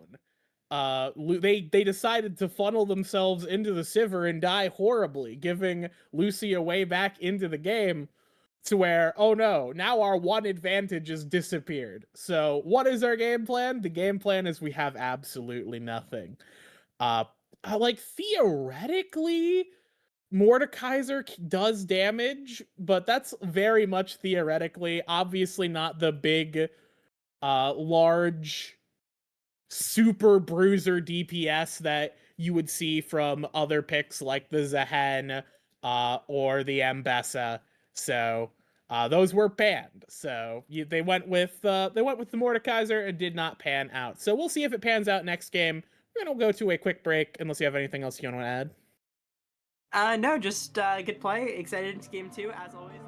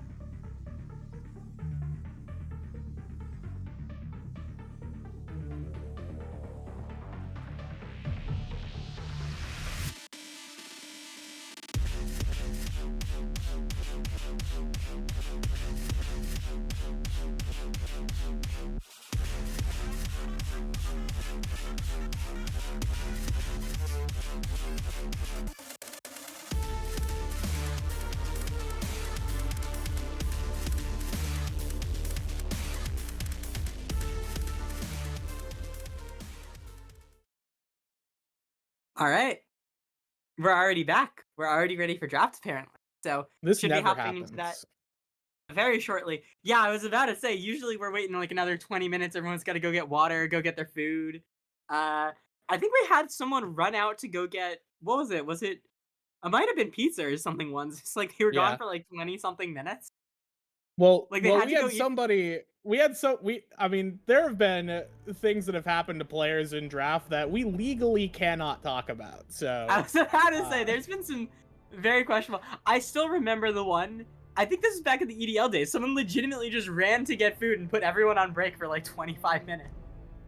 look, The craziest thing was that the other team still agreed to play it out instead of taking the FF2, which is so funny to me. I respect it. Honestly, I respect it. I respect it. I will say, I think the funniest pause that I've seen. This is from the recent FPL, the FPL season. I cast a flannel game where Oh god. Angrotis took a mental health break because his team was getting absolutely slammer jammered. So they paused so he could like step away and like go look at some birds. You know, I think was the funniest part of beautiful. I think the funniest part of that is the most expected thing was that it was on flannel. Yeah, flannel classic. Flannel classic, Anyways, yeah, alright. top lane, y'all. Speaking of the classic, you know, Zehen and best pick. Yeah, there's the Zehen locked in. First pick. Also a flex. Has seen a lot of play top mostly, but also jungle. Aatrox.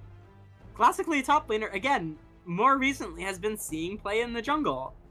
A lot of weird picks have gotten shifted around in the last like couple months, so drafts have gotten a lot more interesting, and we're seeing the Nautilus immediately as well. Which, all I'm saying, Aatrox Nautilus. There is one pick that is so good here that has constantly been good throughout Draft League.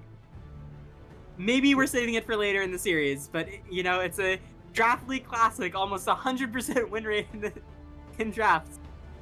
Pick it and you win the game. They're listening to the stream. Best champion of the game. It's the best champion of the game. What do you say? Genuinely, it's always that people like lock in the picks and then every team just locks, like, they lock into Braum for free, give away the Braum pick, and then wonder why they lose to Braum. It's they never learn. They actually never learned. It's been years now, guys. Please. Yeah, so also a classic. What are the odds that they pick Braum? What are the odds they pick Braum? They would never. What are the odds that any team that's consistently been able to pick the champion picks the champion? I will say Braum Ezreal also like a classic duo. Obviously the key is being able to proc Braum passive, just strong laning. Also really good into the Nautilus, being able to buffer the E to get away from any of the Nautilus hooks means that even if the Braum isn't there to back you up, it's still very difficult to actually land any CC and kill you. Also great kiting potential on the Aatrox, who, you know, kind of just has to run at you, does not have any of that super fast burst mobility. It's going to be very difficult to close the distance onto that Ezreal. I wouldn't be surprised to see an ADC locked in. Yeah, okay. Kai'Sa, classic, pick it with Nautilus, pick it into Ezreal. Not as great into the Braum. Probably would have preferred a little bit more of a carry, more like a Yunar or something, but honestly, I don't think I can complain about the Kai'Sa. It's not like the end of the world. It's completely fine pick. But it's still not the greatest. We're seeing the Gwen ban come in again, and it looks like currently we have like a top jungle flex for both teams and the bot lane locked in, so could still be seeing junglers, top laners, and mid laners, so I'm expecting pretty similar bans to last time, as it were. Potentially even the exact same set of bans. We'll have to see. Yeah, just taking out Shadow Collective targeting, we're just gonna say mid laners. That's what we're gonna say. We're gonna say mid laners. The Kassadin's interesting. I mean, I guess Kai'Sa does mix magic damage, but unless you're planning on locking in like another magic top and mid and like having it be countered by Kassadin, it's certainly a bit strained. Especially with the comp you have that's really good at dealing with a Kassadin once you've, Nautilus ulted him or gotten one pick, but not the worst in the world. We are going to ban the Aurelion Soul. We don't want a massively scaling mage mid laner, which I'm not too surprised about. I think it could go decent in this comp, although having already locked in the Aatrox, the Kai'Sa, and the Nautilus, I feel is maybe not an Aurelion Soul angle, but there are options. I mean, yeah, Orianna seems like just a very solid pick here, especially if you're okay blinding mid. Like, not a lot of super hard counters. Goes really well with the Nautilus, the Kai'Sa, big team fight ultimate. I don't think you're ever upset to see an Orianna. Yeah, if you're gonna blind, you might as well blind Orianna. She is one of the best blinds. Just a very consistent champion. More than anything else, as the Fiora, we are issuing a grand challenge to Keenan. Keenan? Is this Kennen mid? I assume it's Zehen jungle, Fiora top, Kennen mid.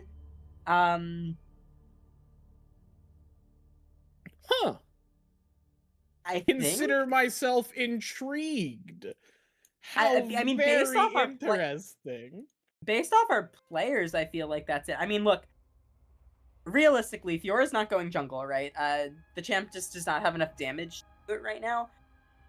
Could be a mid lane, but I don't know. It looks like we're going Mundo. I feel like that's probably Mundo top lane. Although it could be jungle. Yeah. I think it's... I will say I'm a little befuddled that we're picking DT Munford into a mostly AD composition. And mostly an AD with % max health damage and true damage. Like, picking Mundo into Zehen Fiora topside is certainly an option. We just want to die? Is this what's happening? Me, when I look at the enemy abilities and see deal % enemy max health damage and % enemy max health damage, and I'm like, yes, Mundo. That's the pick here. The only thing you could have picked that could have been worse would be like Tom Kench. Like what are we doing? What's happening? Like maybe we just play like Zac top lane or something. I genuinely have many questions. One of the questions currently is, aside from Nautilus, who's delivering the Oriana Ball? Let's say that Nautilus does what Nautilus does and dies horribly before a team fight starts. Who's delivering the Oriana Ball? Kaisa? What is our plan? I mean, granted, against this team, I think there's a case to be made that the Oriana Ball isn't really being a delivery Peel. system. Like, it's like just Peel. Yeah, I mean, like, with how many frontliners that want to go aggressively in, it does make sense. That being said, I don't think you win the poke battle either, because you're up against Ezreal. So, this Mundo pick is really... I don't know if we win anything, unfortunately. The Mundo pick really is, I feel, I have some very strong feelings about Mundo here. I don't think it's good. I mean, yeah, maybe there's something, I always like to believe maybe there's something they know that I don't. And I'm gonna just hope that that's the case. Otherwise, this is looking like we're gonna see 2-0 for the Skibidi Skeletons, and maybe looking at a quick 3-0 evening. Yeah, we'll have to see. For right now, I think we're gonna cut it to a short break while we wait around for our spectator delay. And when we get back, we will be hopping in right to game. Don't go anywhere.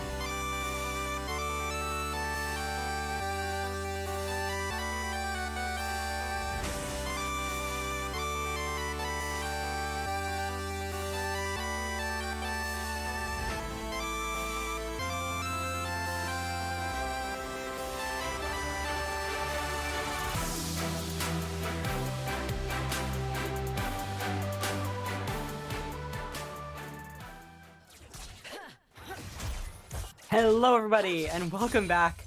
It turns out it is the Fiora mid. Yeah. Okay. I mean, you're right. It definitely wasn't. It wasn't Fiora. It wasn't Fiora jungle. Not shocked to see it mid. In total, I mean, a little. Are honestly, you? You know what? Actually, yeah, a little bit surprised, given that Mundo was the pick and the Bell seemed good. But I don't know.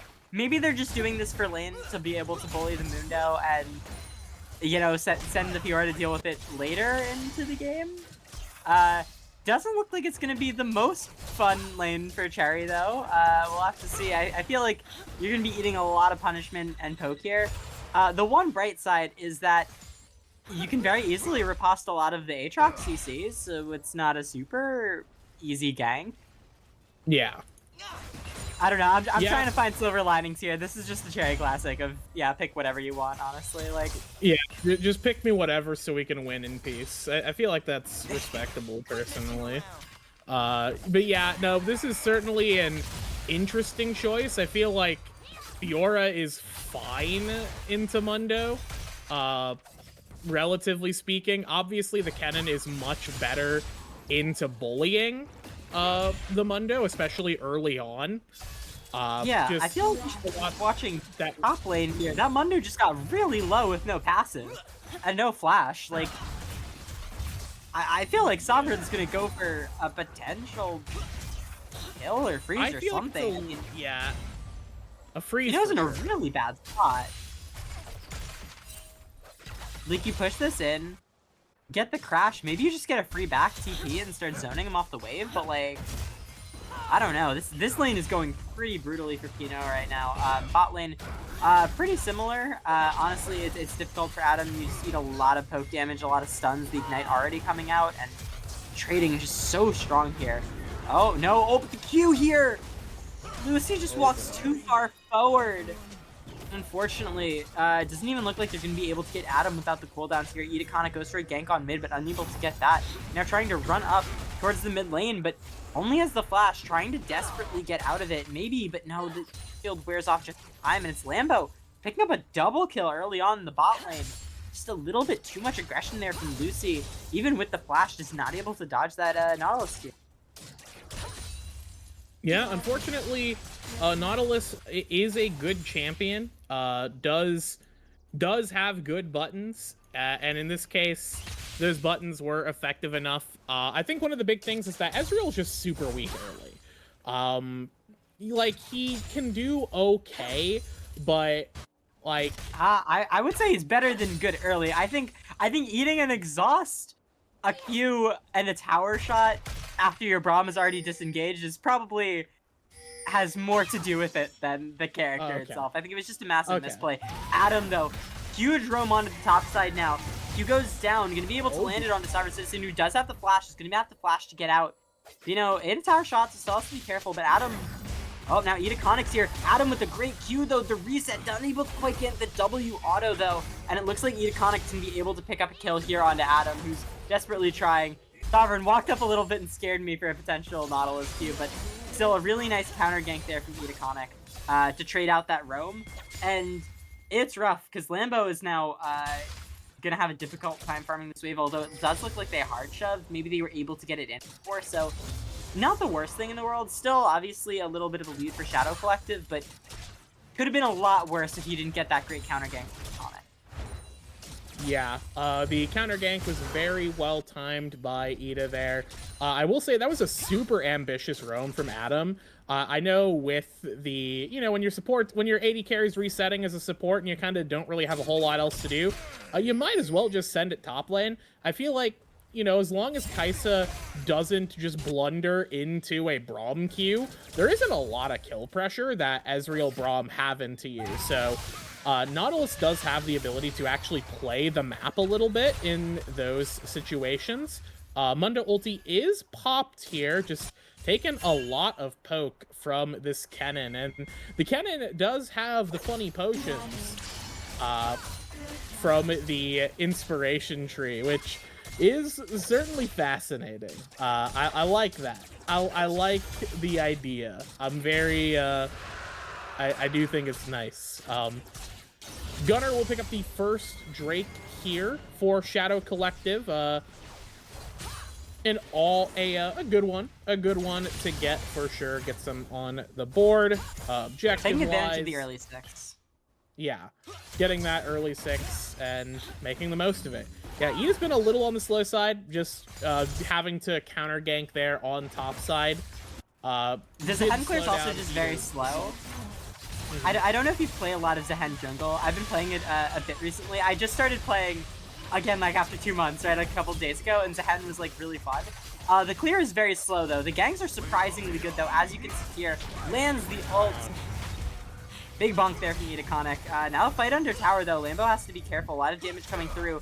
Although they have to be careful of not stepping up too far because Kai'Sa already has the killer instinct that can turn the fight. So still good poke down onto Adam. I'd say a relatively even trade. I think Lambo's still at a little bit ahead thanks to the ultimate. Huge Q from Adam though, forcing all of the summoners and the E from Lucy. Now having full dive threat has to be incredibly careful. Adam doesn't look like he's going to be able to hit the 6 off this wave, but Lambo still has that ultimate. Has to be careful of Hannah's shield though, obviously, but still, Lucy in a really bad spot. Gonna really struggle to walk up here without the flash and the barrier. Certainly, sorry,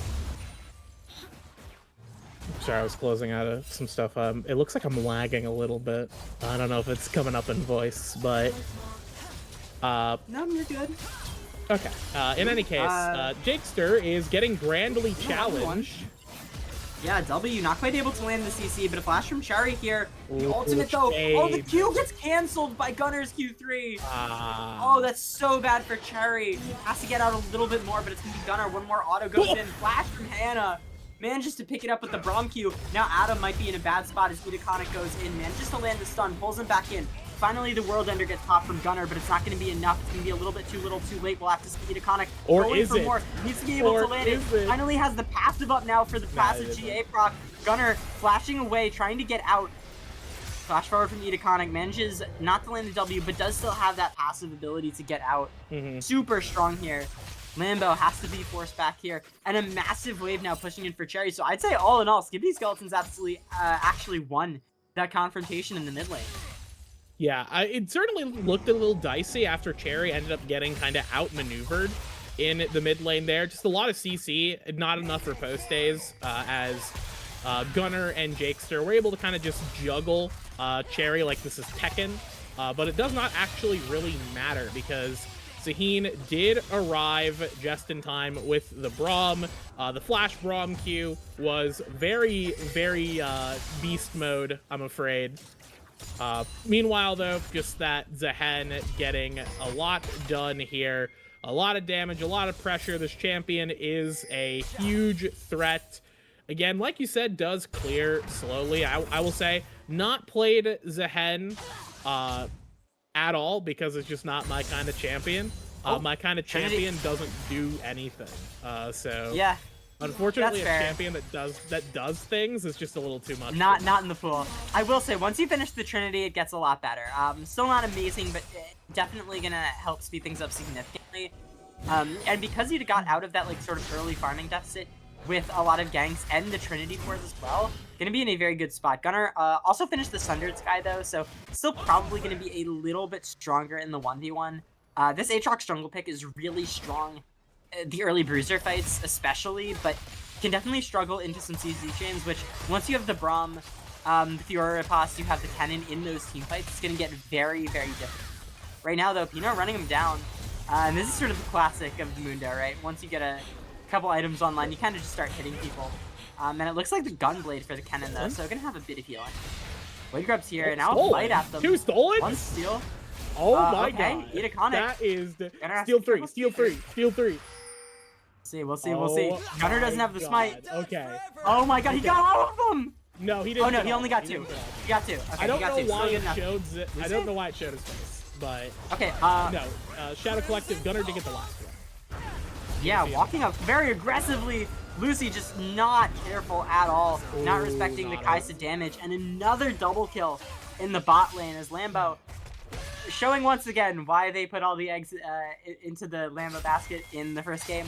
And this game actually maybe playing out. Kai'Sa definitely has a lot more of that hard carry potential towards those mid-game team fights, the Jakesters can be able to back it up a lot more as well. You have Gunnar on more of a carry pick, so I think this is a much better draft for Shadow Collective to be able to try and win.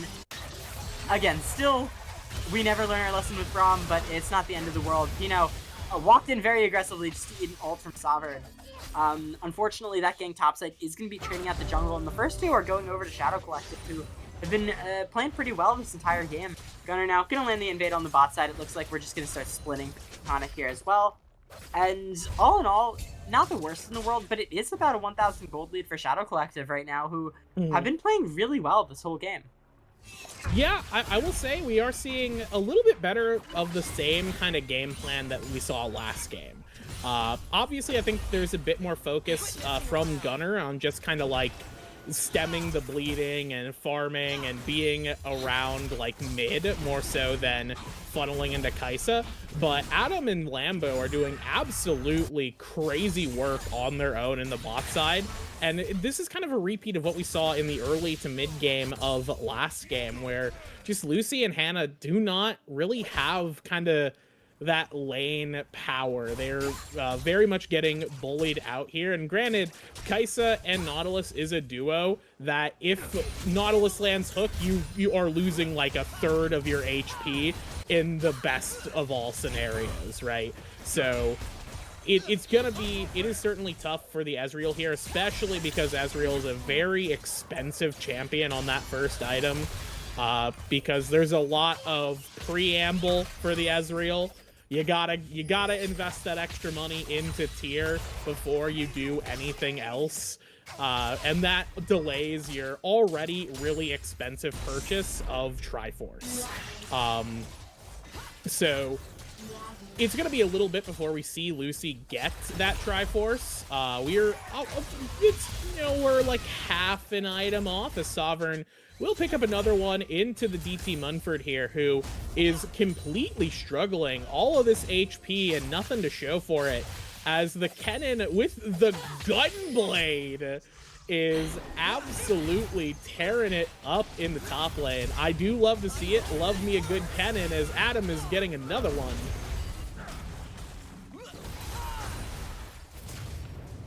And yeah, it looks like another one bites the dust here. Actually, as Lambo is going to be the one that goes down, and now with the stun from the Braum onto Hannah, Adam will be taking quite a bit of damage. Flash forward. Okay, the arcane shift from Lucy will close that gap, and that is a bot lane fight turned on its head, as Adam with the lockdown, the CC chain, just not enough.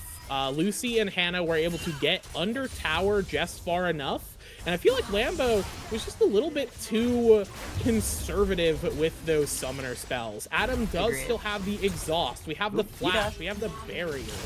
Ida in mid. Ida in the mid lane though. Gonna be able to land it. The ultimate forcing the ult out of the flash out of Jakester. Didn't quite have the ult. Helping Cherry out quite a bit, who's really been struggling in this mid lane, you know, losing a lot of tower plates. It was to be expected though, I think.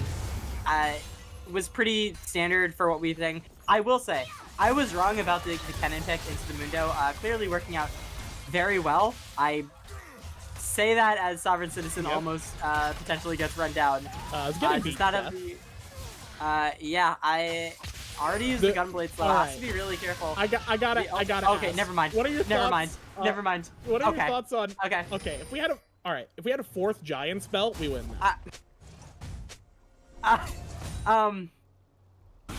Think about it. Fourth giant spell. Do we see fourth? This man's built like a Tetsuya Nomura character. He's got so many builds. Dude, what is going on here? The ult comes through from Jakester. Might go down. No, barely living on 1 HP. Dragon fight in the pit. There is no dragon up though. Idaconic has to be very careful. Not gonna have to pass up now. Cherry in the middle of 3 people, all alone. Shutdown from Gunnar. Now finally the team manages to go in. Cherry manages to pick up the kill onto Jakester. Flash forward from Gunnar as he tries to get the chase, but a really nice ult from Hannah getting the Dream alive. Lambo at full health though. Gunnar at full health though. It's gonna be very difficult for these teams. Have to land the stun. Have to land something onto this Aatrox as Lucy desperately trying to get away. But the burn from Gunnar is gonna be a little bit too much. Hook now from Adam. Lambo picks up a kill. And it's Shadow Collective with a definitive team fight win. Yeah, just a little bit too far in for the Skibidi Skeletons. They got Jakester, and then they decided to just, like, full send it into the enemy jungle, and then just kind of got picked apart there by Lambo, by Gunner, and by Adam. Another 2 kills into Lambo's pocket. This Kaisa is so unbelievably strong. Okay, the counterplay to the triple belt is the triple needless, actually. That we're in Six Pack Academy right now, and it's really working! And it's working! Lambo, the knockup here, but Fiora maybe managing to get that kill off. Not quite, though. No. Very difficult. Finally, the Braum shows up, though. Here. Hannah gets the shutdown onto the Aatrox, and I don't know what's happening. You know, the first game, good League of Legends, maybe some questionable drafts, blah, blah, blah, blah, blah. This is what we watch drafts for. Yeah. The 4 giant belt, the 3 large rods. I don't even know. The Braum shutdowns. Like, this is just peak content right here. Yeah, the pinnacle of this experience for me is that, like, I'm getting a PowerPoint slideshow. Like, I'm getting crazy stuttering on my feed, so I'm getting, like, every other frame.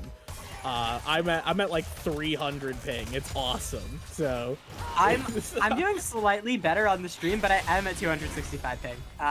Okay. The joy of Ethernet, I get the extra 40. It's not a massive deal. That's so powerful. Something is nice.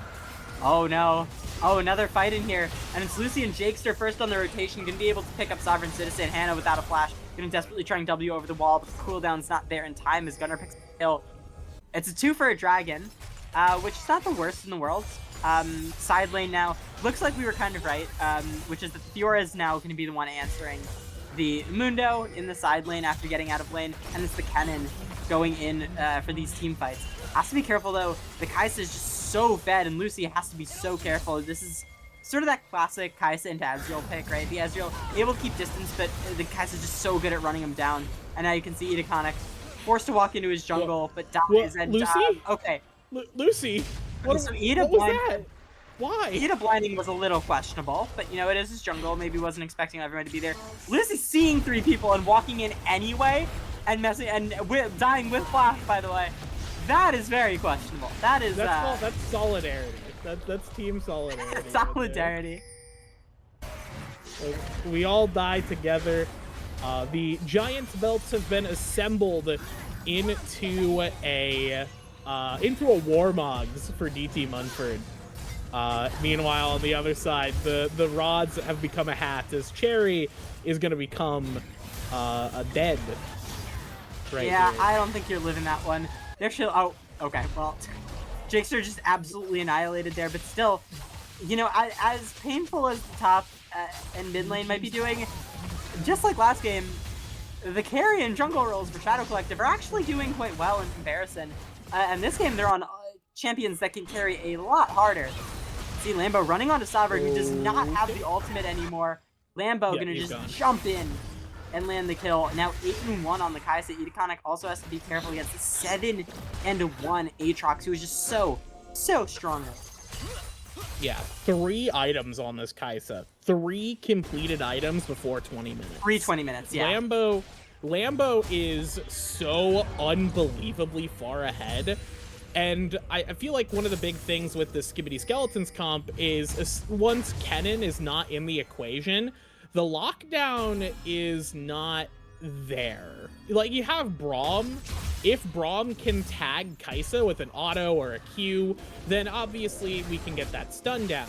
But, you know, once Kennen goes in, burns ultimate, if Kaisa is not in that ulti, she's pretty free to kind of just do whatever she wants in these fights. It's a lot harder to aggress onto her, or rather, I guess it requires more execution from the side of the Skibidi Skeletons, which compared to last game when there were a lot of, it was a little bit kind of unorthodox the ways we could get onto Smolder, but we had ways to get onto Smolder. We had a lot of speed, we had the On the Hunt, we had the Jace Gate, we had the Bandle Pipes. In this game, it's very much just kind of we are in a similar spot where the lockdown isn't amazing, and we are going to have to try and shut down a carry that is much further ahead than the Smolder was last game, as Lucy has decided to walk in to just get Nautilus ultied and perish once again. This is excellent gameplay from Lucy here.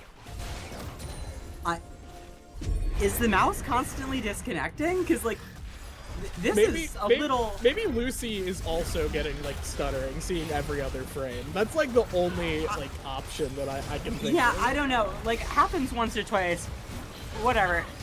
Once you hit the third and fourth time, it's like, okay, you know, at this point, like, are we just gonna keep walking in, you know, after we see everybody there just to die? A little questionable. And just the jungle and bot laners, all it takes to take this 22-minute Baron. Soul Point coming up here for the mountain, and you can imagine Shadow Collective are going to be all over that Dragon Pit. Yeah, Shadow Collective will pick up their second Drake here, which is certainly good for them.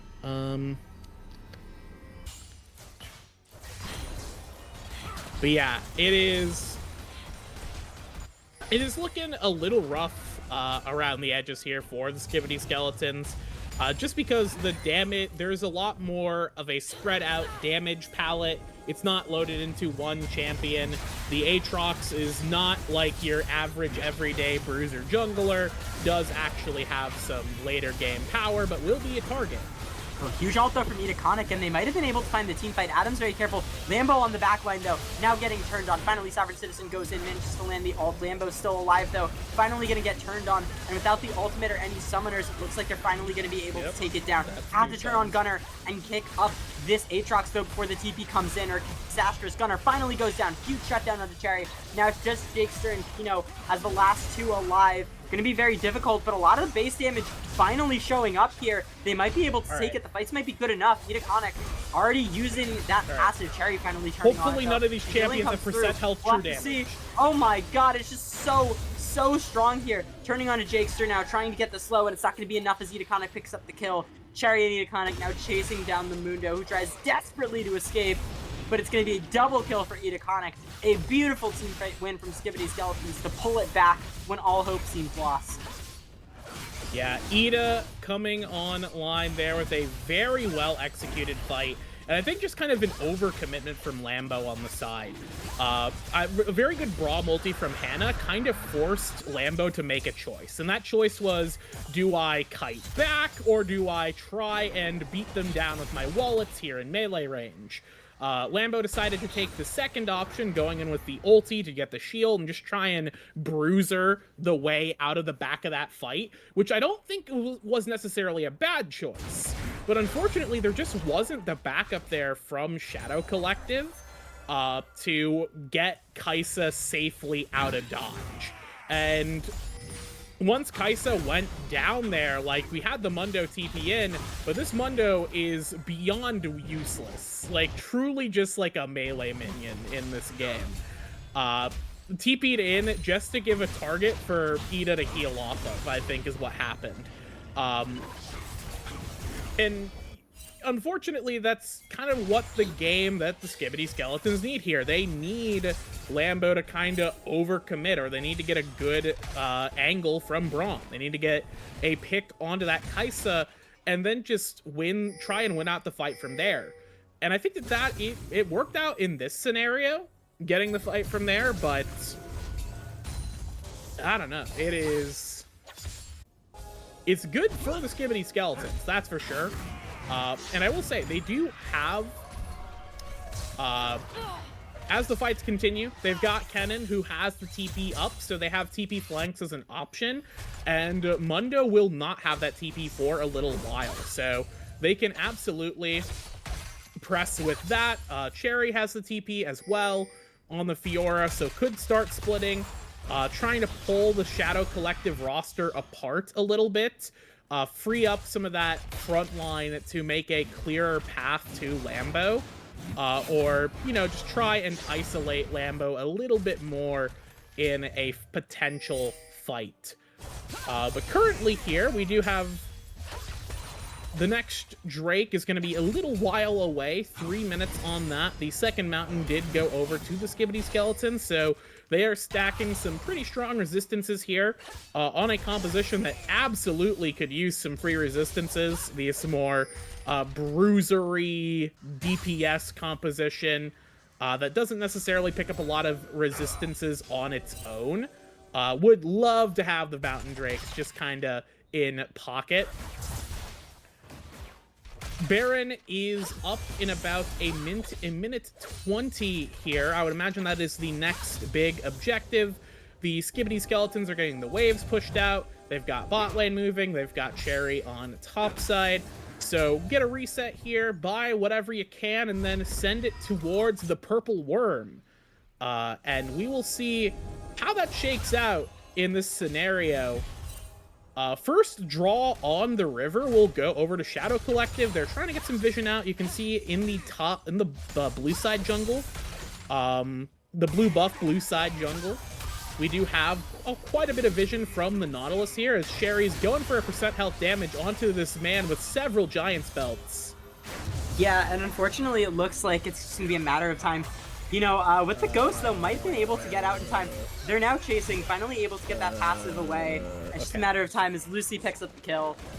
A little over-aggression there from Tino, who's now going to be late to the Baron by about 30 seconds.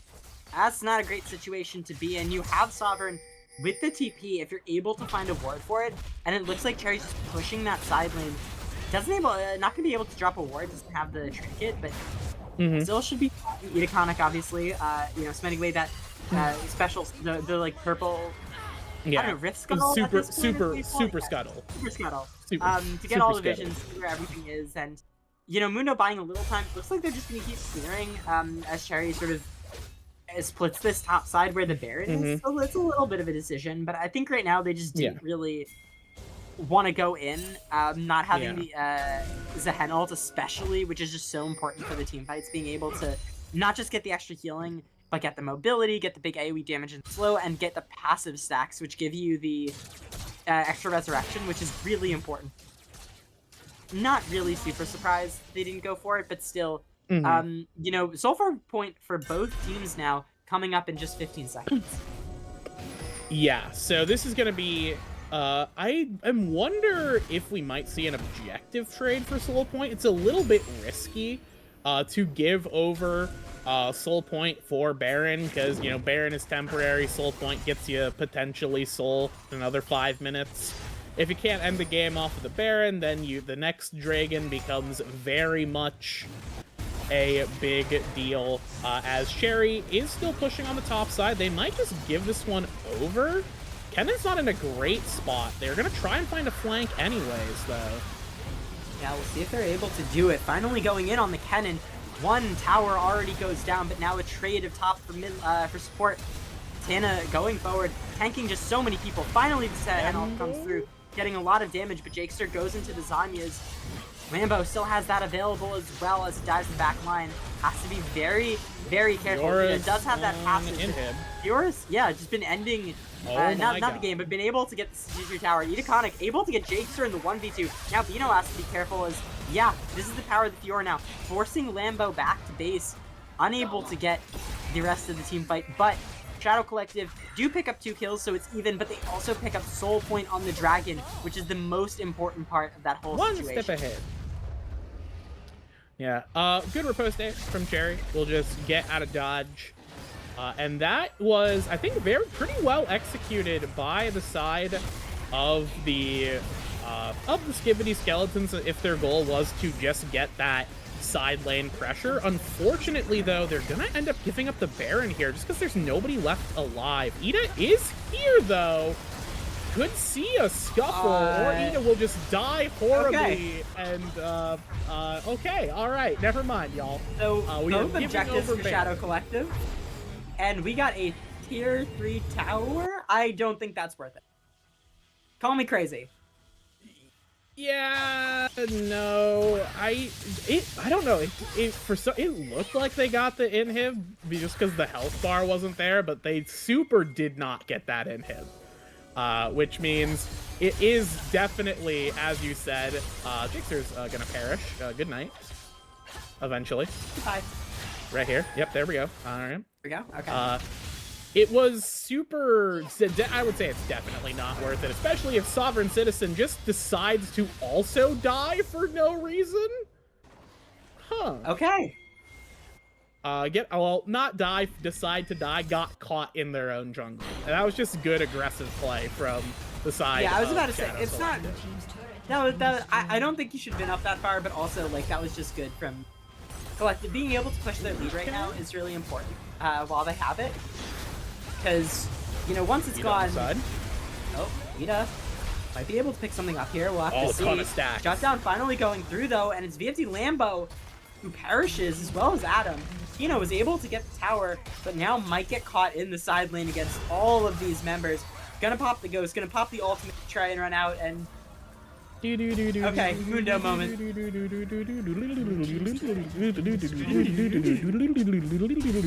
That's a straight Mundo moment right there. Yeah. Certified. That was absolutely Mundo drifting, right? For sure. Good turnaround from the Skibidi Skeletons to just stop that push in its tracks. Great ultimate from Ida in that fight to just get a ton of stacks, a ton of damage. Lambo just a little too far forward. Did not have the Zanyas, burnt it to reset tower aggro on a bit of an aggressive play earlier there, which opened up that window for the Skibidi Skeletons to actually go in and try and take Lambo out. And unfortunately, you know, there is not... It's just a little bit tough once the Kai'Sa's down. You don't have as much damage. Like, you still have damage. You know, Gunner does quite a bit of damage, and this Orianna's no slouch either. But you certainly are still very much reliant on, if we do not have Kai'Sa, we are not winning this fight. So, it's going to be a game of can we keep Kai'Sa safe, and Kai'Sa, Lambo has absolutely figured this out as well. We do have the GA alongside the Zanyas. The safest man on record is Ida's looking for something. Yeah, going to be able to go into the passive as well, so not going to be able to kill him, even if they do get that first blood. We'll have to see, though. Gunner finally popping the ultimate, getting that extra bit of health. Sovereign Citizen's here, pops the ultimate, and just melts through the entire team. Lambo now has to use the killer instinct just to get out. Sovereign Citizen able to pick up Jakester as well, and it's going to be Lambo going into the GA now. Pino trying desperately to run down anyone. Look at this useless Lambo! But it's absolutely nothing, as they're able to pick up a clean ace there. And with 30 seconds on the lowest death timer, the TP coming through, they might just be looking for the end. Yeah, no, this is... They definitely can end. I think they've got the damage. It's just... Who's up first? It's Adam. Adam, who cares? Nautilus does not do anything. Does not even have ultimate to stall them, so... We're really waiting on Gunner here. Gunner's still 13 seconds away. Yeah, this is lethal. They found lethal off of just that one great fight found by Ida, the Zehen champion. Gets caught, wins anyways. Wow. What a gamer. What an ending. Gamer. And honestly, at that point, with that fed on your jungler and your carry, if Lambo and Gunner couldn't do it that game, I really question if they can do it in a game 3. Because right now, it's looking like Skibidi Skeletons have just been absolutely running the town today. Yeah, I would like to... This is getting skimmed from the chat, so apologies for the theft here. 91 damage on that Heartsteel. 91. Oh. Second item Heartsteel on that Mundo. Oh.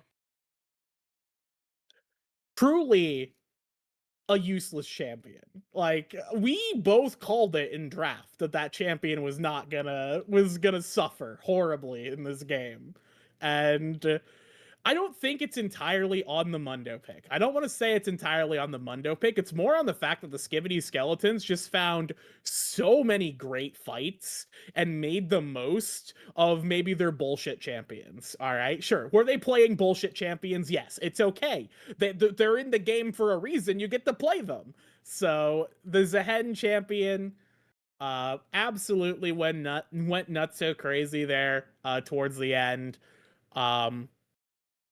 And otherwise it was just didn't have enough. The Shadow Collective just did not have enough to keep Lambo and Gunner in the game. There just weren't enough other players. Yeah. I think for right now we're gonna cut it to a short break though, as we potentially come up on our last game, or we could go the full 5 ways. We'll see if Shadow Collective can make the comeback and reverse sweep, or if Skibidi Skeletons are going to end this in a clean 3-0 fashion. And after last game, it looks like Skibidi Skeletons are on their way to the upper final. Don't go anywhere. When we come back, game 3.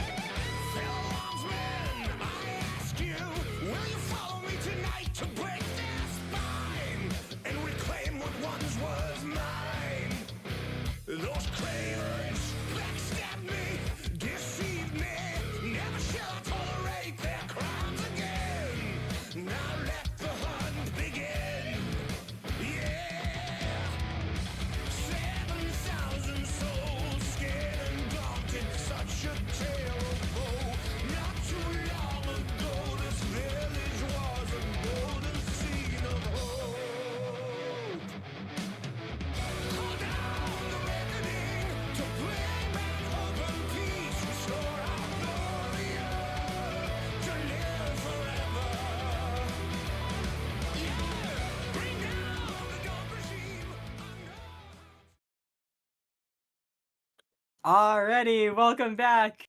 Game 3. We might be having some questionable role swaps. We're seeing right now, we just saw Cherry put in banter chat, is it okay if I go bot and Lucy goes mid? So, you know, screw going home early tonight. I guess we're pulling the Skeletons Classic right now, which is just We're have just fun and playing see if what it we works feel out. like. We're just playing for vibes, honestly. Yeah, I'm just here for the vibe. This is true. Like this post if you're here for the vibes. Vibes-based League of Legends drafting. Yes. And we're gonna see some vibes this game. Whether Okay, or we're not swapping. this... We're banning Gwen bot lane in first rotation. Okay. I can't believe We're not that real. We're not real. We're not. This is not real. It's not real. It's not real. All right, Graves first pick. Finally.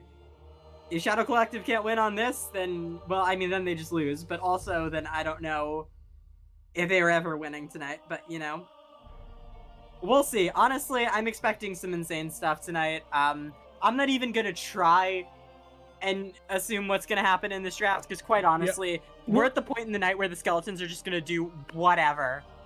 Yeah, we are going to see champions get picked. Assume nothing. We are gonna Blind make... Silas. This could go into 4 roles. This could go into 5 roles, quite honestly. So like, don't assume anything.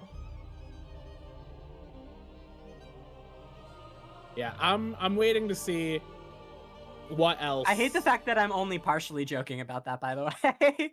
This really could go. Knowing these players, granted, if it was Toadstep, there would probably be a little bit.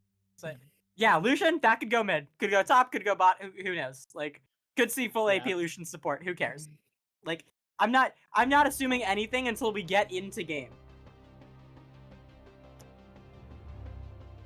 And I think that's the smart thing to do at this point in the night, where we are just kind of we're just kind of picking whatever we feel like. We've made the assumption that we have successfully completed the video game that is League of Legends, and now we're just going for like the easy layup, I suppose. Which, you know, is that sad? It could be, if you decide it's sad. But I think personally we're gonna see something very funny, and that's what I care about. Is it? I like how we're not even leaving the Ornn to like the second round of draft. We're just locking it because we know it's getting banned. So okay, sure. Picking the Samira. I actually don't mind that. I don't either, especially in conjunction with the Samira. Like, yeah, there's some counters to it, but also being able to Samira block like a Sylas stealing the Ornn ult. There's not a lot of good ults for Sylas to steal yet. So, you know, yeah, again, Darius, top lane, jungle, who knows? Like, I don't know. Skeleton's draft is skeletons. That's really all I gotta say.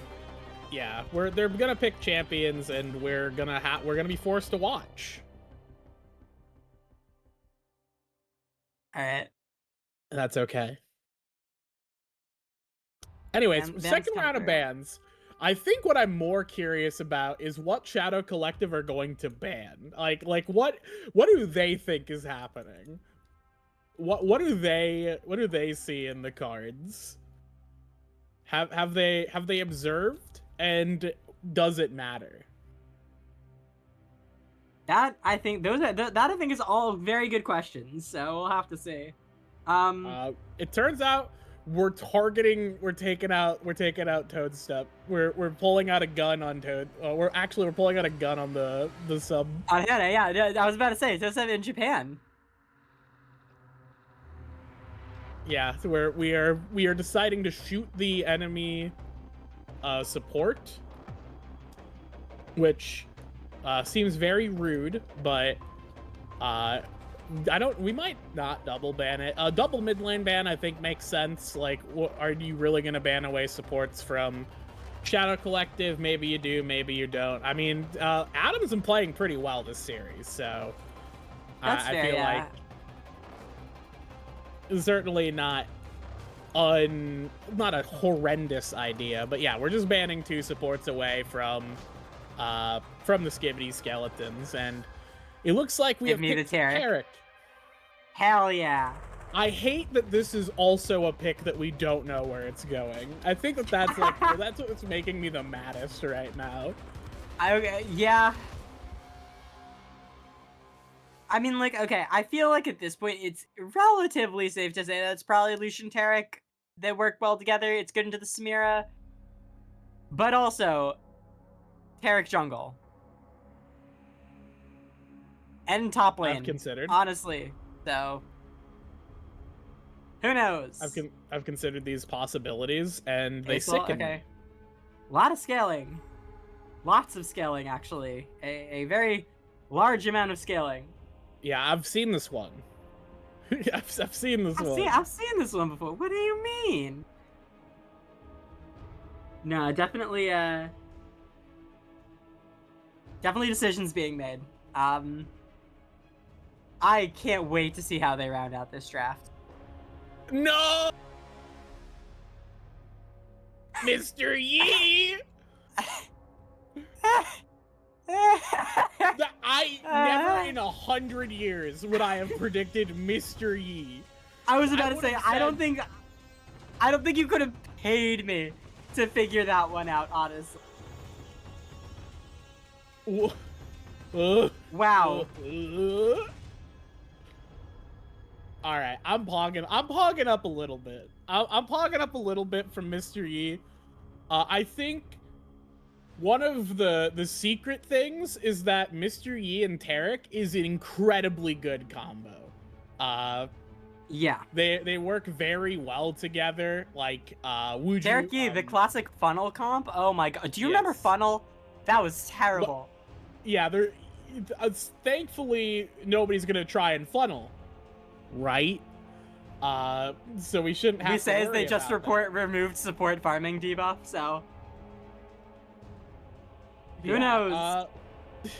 Who knows? Yeah, so the Skibidi Skeletons have picked a comp of like 5 champions that had like do tasks or whatever. I feel like it's not worth talking about what they're doing because they're playing a completely different game from the rest of us. What are Shadow Collective playing towards this game?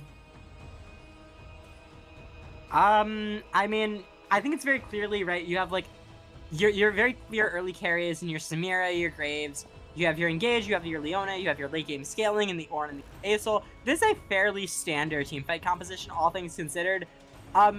That being said, Skibidi Skeletons are gonna do whatever the hell they're gonna do. So, like, I guess just accept the fact that like you could just get run down by a Tarek at this point, and you're kind of gonna have to cry about it. Yeah. Shadow Collective are gonna be doing their best to play a fair game of League of Legends, and Skibidi Skeletons have pocket sand and then want to kick you in the shins. Yeah, I think that is the best way to describe it. Yeah, we're all on the bus right now. The bus that's like, you know, one side is facing the mountain, the other side's facing this beautiful landscape. And on both sides, it's nothing matters. So, you can choose whether you're going to be depressed about that or excited about that prospect. So, I'm going to choose to be excited because I think if nothing else, this will be very funny.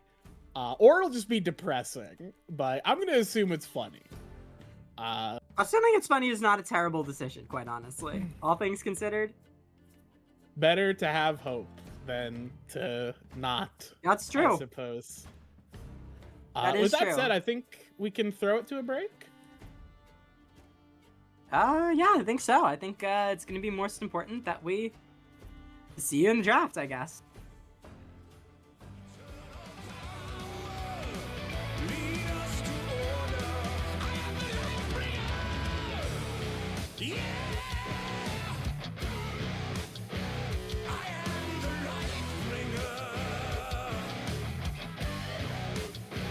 Now listen, fellow warriors, I ask you, should my campaign come to an end? There's way more to it.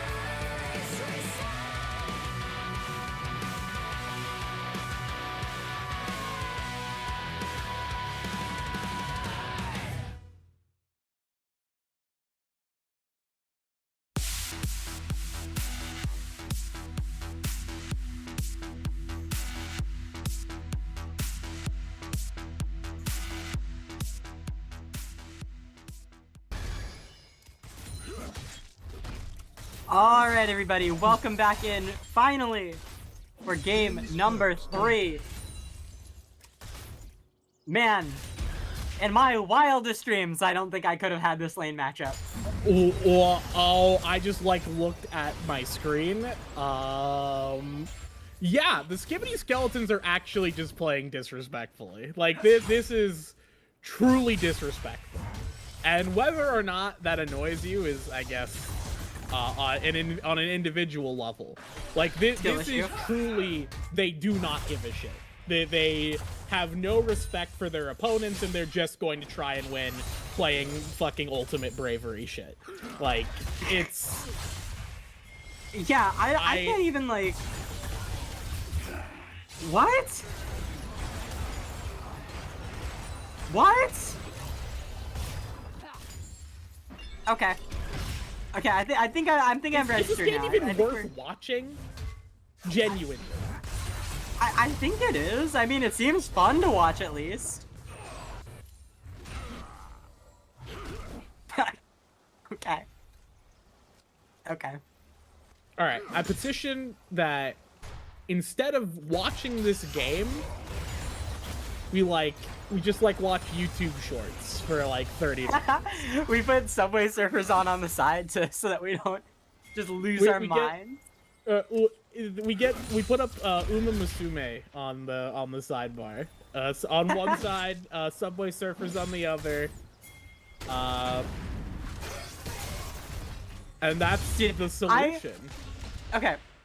So Gunnar, okay. We're just team fighting in River at minute 3. Cherry's just running it down with the bleed. Gunnar goes down, finally getting land to pick onto the Tarek, but this Darius has full Conqueror stacks and a Ghost now, forcing the flash out of Lambo, and somehow Skeletons won that. Honestly, I'm just gonna start saying sorries and talking about my life or something at this point. Like, I don't even... Like... Huh? I saw Project Hail Mary yesterday. Oh, how was it? No, I haven't. Good. I heard it was really good. It is really good. It was very... Definitely, you can tell it's obviously by the guy who wrote The Martian. Very similar kind of ethos. In a good way or a bad way?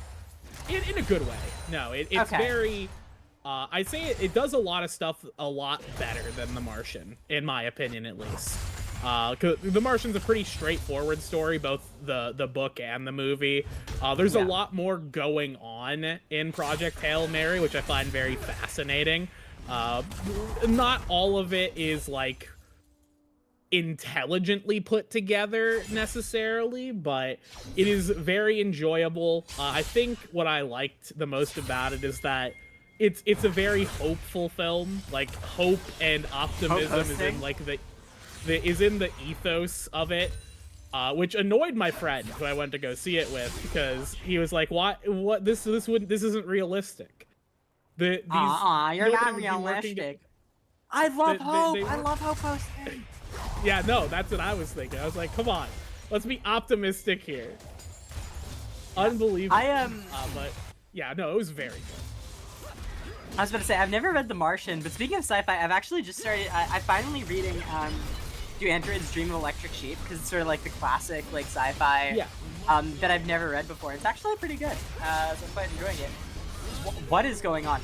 There's no way. There's no way Cherry turns. Oh my god. Bro, what? Sure. I think the insane thing is I feel like Cherry's doing better in bot lane than Lucy was. You know, at least for that last game, you might be right. This is actually a better bot lane than we saw the last game. I don't know what that says about anything. I feel like it says nothing. And good night, Lambo. Yeah, Lambo is out of here. Gone. Unless? Okay, we take one with us. Oh, we get him, yeah. We just okay. I mean, that I can see the theory. Vision. You see the vision. I see. I'm hope posting again. I'm actually I'm now optimistic that every decision made in this game is done with the best of intentions. You know, I'd like to agree with you, but I don't think I can. I really... At this point, Skibidi Skeletons... I played with some of these players before. At some point, they're just gonna do what they want to do. And everyone's just gonna have to sit there and tank it. Like, yeah, sure. You know what? Darius bot lane, why not? Yeah, can we get Toad? Can we get Toad to call in from Japan? I might as well at this point, honestly. gotta get some insight from somebody who's in the mix. Like, this is not surprising. Like you said, you've played with some of these people. None of what is on screen right now is unusual. It turns out, Ornn Mr. Yi is actually just like 95-5 in Ornn's favor, and we just didn't know it. So nobody's been brave enough. No one's been brave enough to play it. Oh my god!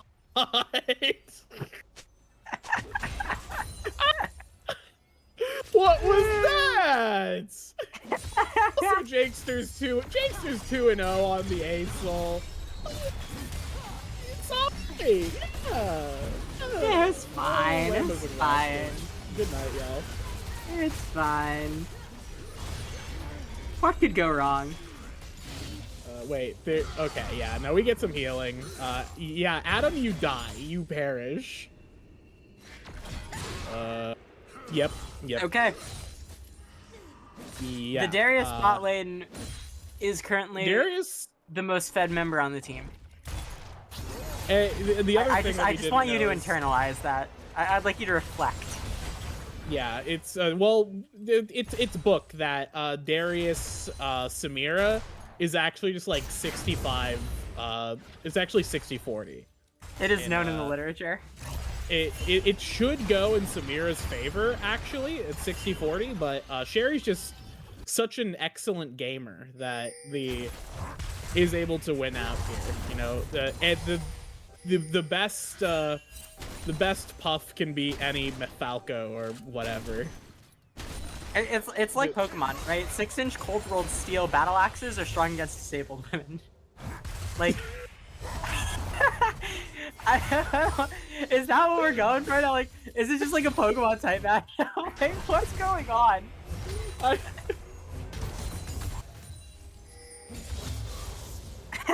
right.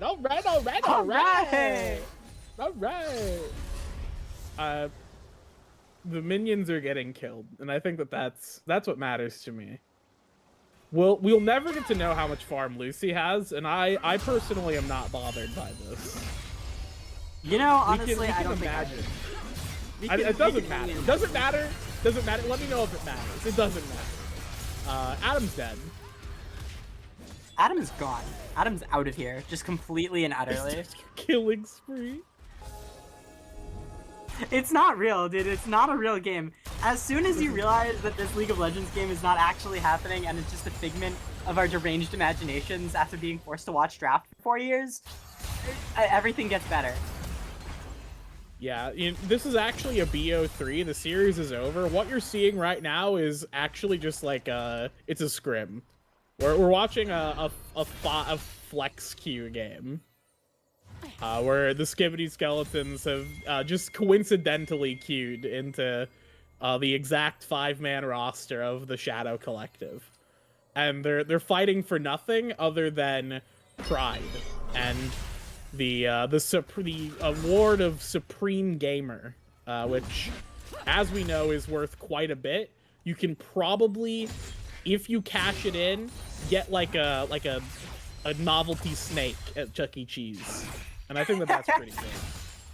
I think it's pretty good. I was gonna say, it's like we need to sort of free our minds and just leave, right? We just need to leave, because it's like, this is like the ending to One Flew Over the Cuckoo's Nest, where we're Chief and we just saw all of our friends get a lobotomy and we just need to break out.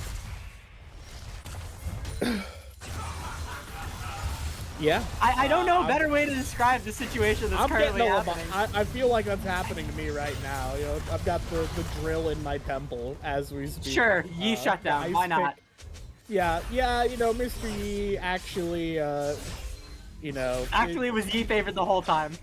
yeah, that's the crazy thing is that it's only Ornn favored for the first 10 minutes, and then it's Yi crazy favored.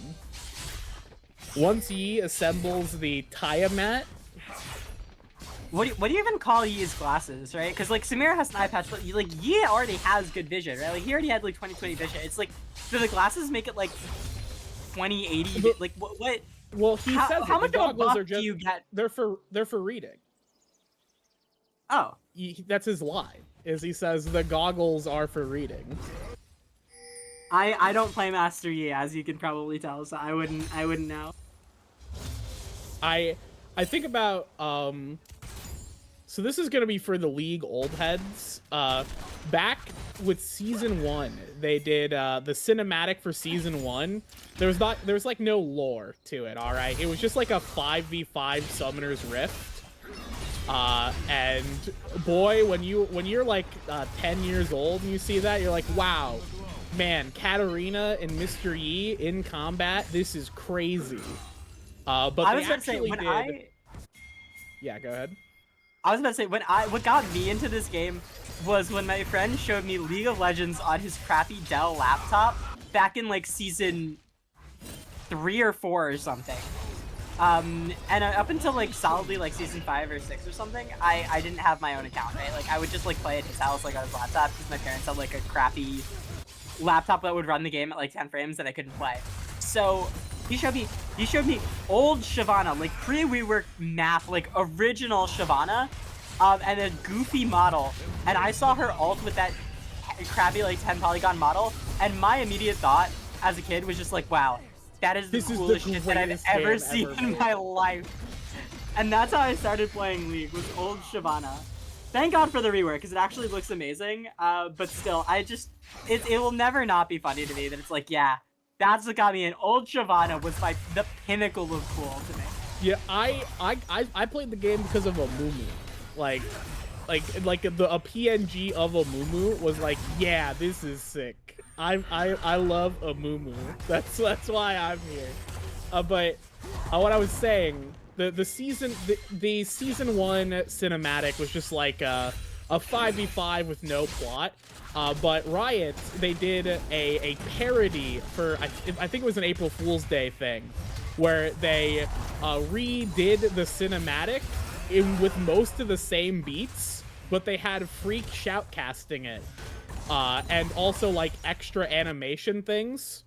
And one of the animation things is when Mr. Yi and Katarina are doing their 1v1, it cuts to Mr. like a close-up of Mr. Yi and his goggles, and all of them are just reflecting Katarina's chest. I think I remember that one. The old April Fool's things used to be completely unhinged, like insanely unhinged. We have had no casting this entire game. Hey, Cat! What do you want What do you want me to say about this game, Cat? Genuinely, what do you want to say? Do you know? Sure. All right, Hannah's gonna die to Ornal. No, we're just not sending it. We're gonna walk back in and die to Aurelion Soul. Okay. Yeah. Like what? This game is such a meme. It's like, God. Speaking of back in the day, do you remember the old like Reddit posts that were like League or subreddit in like 20 years, and it's like Dignitas plays on like the Uranus space station or something? Yeah. God, those were so good. I'm gonna see if I can find one of those and actually just read out old League headlines from the future. I'll cast a little bit. Fine. Cherry, going in on Adam. Wow. Venging Oh, to get man. the kill. Oh. Shocker. Adam walks in alone into the enemy jungle into a Darius and dies. Wow, crazy. I think we should have just killed Draft League.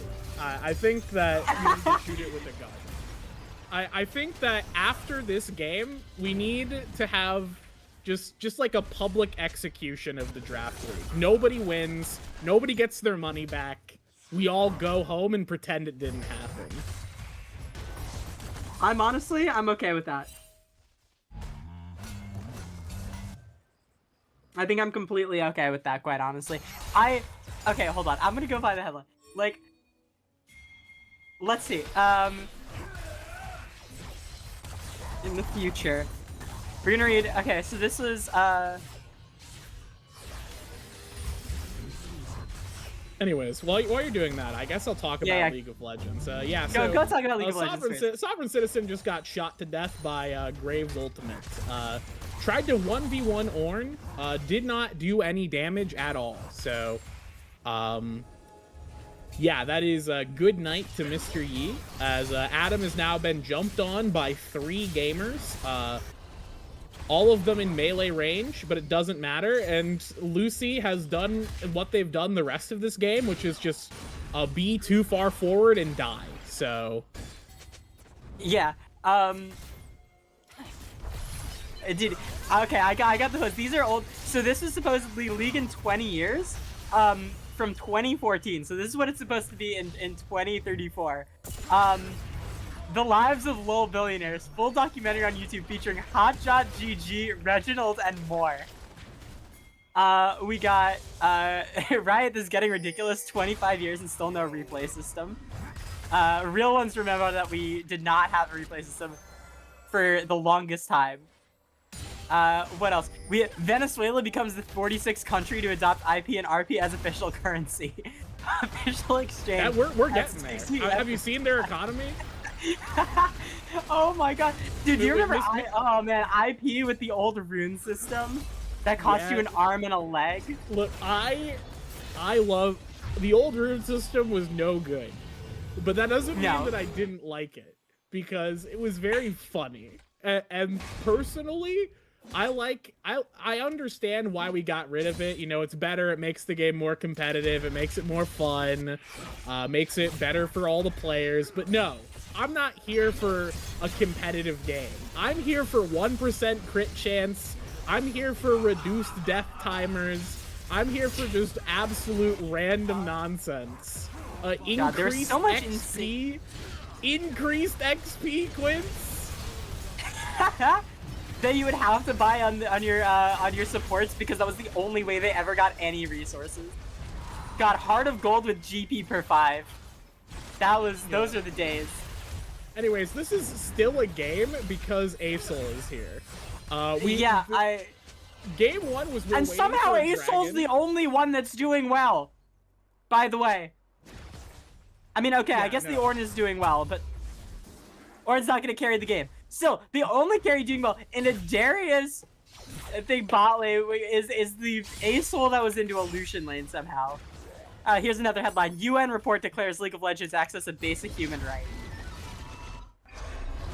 Well, that's just true. World's first genetically engineered human, Afrolift, born from the combination of Afro Moon Double Lift's DNA. That could still happen. That could still happen. Here's a good one. SKT T1 R&D division creates revolutionary time machine. We plan to send Faker, a Gold 4 volunteer, back to the past to compete in Season 3. We have high hopes this will consequently improve the future competitive scene. His low ranking stirred a controversy, but SKT firmly believes he should be able to crush any competition. And the crazy thing is, that's also true. If you send, like, a gold player in 2034 is better than any pro player in Season 3. Like, this is, like, this is not... I don't think the average gold player today could beat, like, challengers and stuff, but I firmly believe, like, if you sent, like, a solid, like, mid to high diamond player nowadays back into, like, Season 3, they could easily hit challenger and, like, might even get signed to a pro team, quite honestly.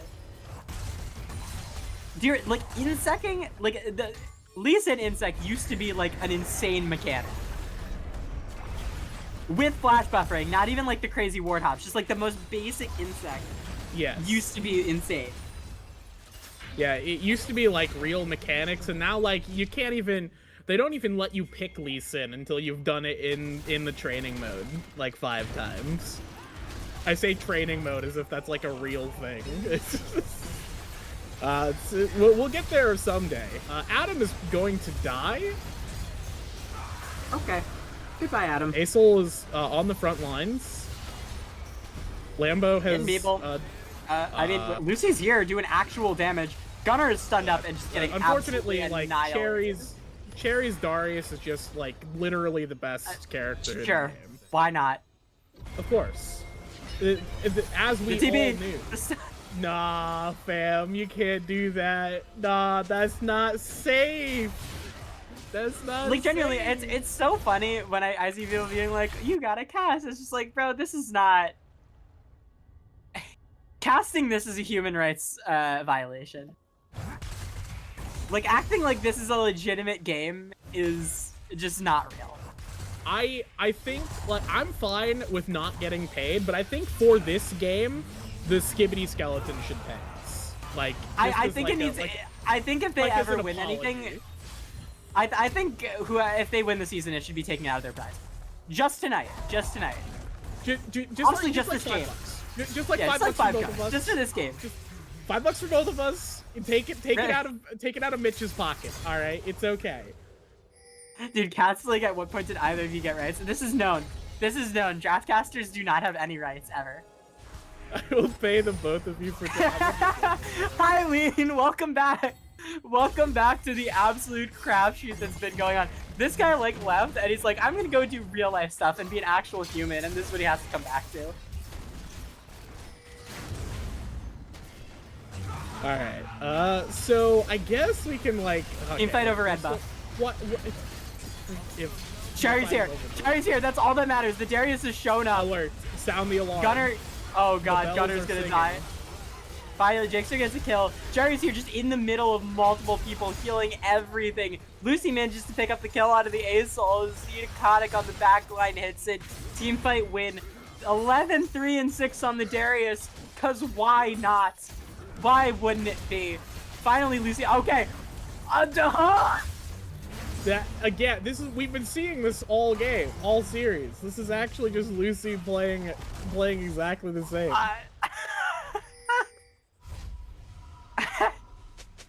I think that what the most beautiful thing here is that has been like consistent.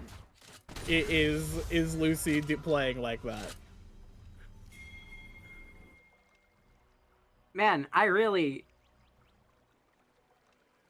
even know what to say at this point. Like, yeah, okay. Why not? So I guess like Baron's up, so that's another thing. I'd say like that's something we could fight over, but we're just like fighting over anything. We're fighting about the over the just the honor to engage in combat. We've just been sitting on 3 Ornn upgrades for the last like 5 minutes. We didn't give out the Ornn upgrades. I'm gonna shit. I'm gonna shit myself. We've been. Live We on just. air. We just gave it to the Aurelian Soul, the Graves, and the Samira in like 3 seconds. We were just sitting on 3 Ornn upgrades. This is the worst game. I was thinking about going out with my friends today, and I'm like, oh man, I didn't call out for draft. I should probably make sure I do that. You know, I don't want to leave anyone. I should have left you. I should have saved myself. I'm sorry to say that, like in solidarity, but honestly, I think you'd have to agree with me there. No, I would respect it. I wouldn't if I was left on my own and then this started happening, I'd just leave.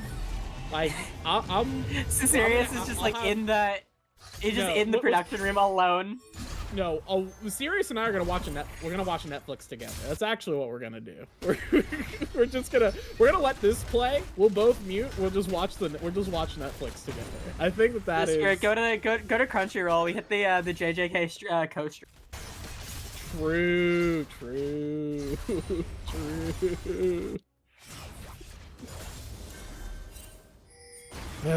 Okay. 30 seconds on Drake.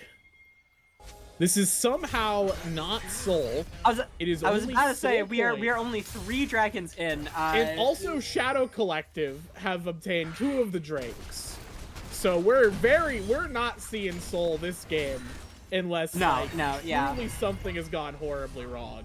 And I do believe that something could go horribly wrong, which I was about to say, Leon literally just said, like, at this point, unless everybody FFs, like, that was the only way Draft League could get more insane. Sure. Lucy just in mid, dies, Pino's there. They're turning to Baron, they don't even want the dragon. Why would you want Soul Point? Why would you want Soul Point?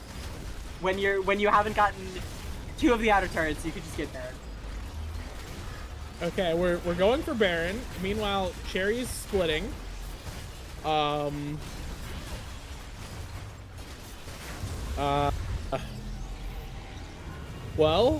we lose. No, we don't even lose tier 3.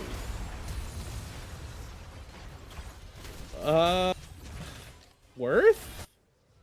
I'm saying worth. Can we? Sharks, is this worth? Samira doesn't even.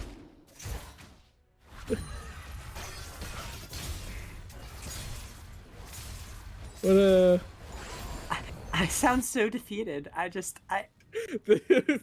we're going through the stages of grief right now. We really are. It's just that the stages of grief individually, like.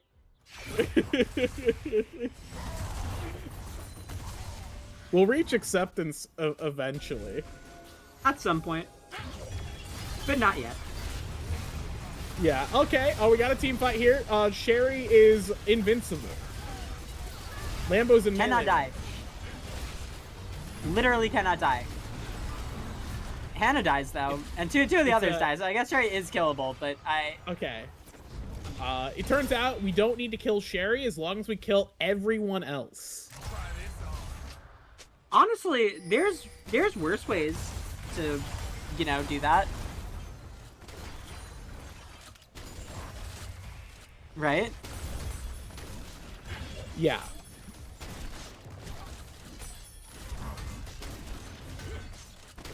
Shadow Collective gonna win this game. We're going to a game 4. I mean, that was the plan, right? That was why we drafted this, was to extend the suffering. It feels like the end of a night, right? Like, it just feels like... I feel like if Skibidi Skeletons lose this, they should get a double. Okay. Adam literally just walked in there. Just walked and hit nobody. Literally just walked into them. Did Solar Flare for fun, though. Fun in the sun. True.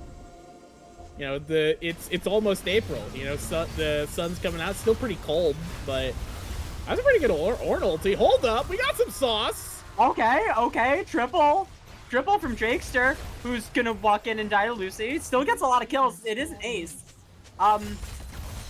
They might be able to end. I don't know if they have the damage. He is up in 15. No. I don't know Kat, if they can actually end. You can sub in for both of us, Kat. Just like double your microphone, and you can just sub in for both of us.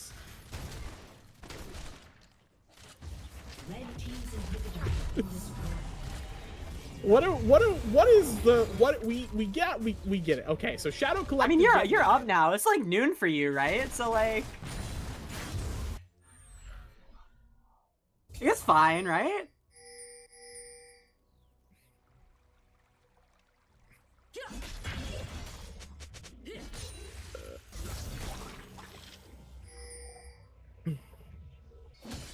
All right, so let's. I'm gonna lose it. Let's take a look back. Let's step away and talk about the game and the state of the game. Pino is getting cut to death as teleporting away. Ah, boo! We did not time that properly. Come on. Lame. Yeah, what you gonna do?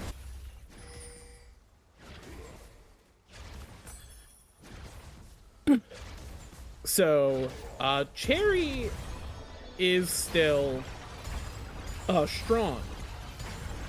Mr. Yi is in the game. Asol is very strong as well, but is also just getting caught out and dying here.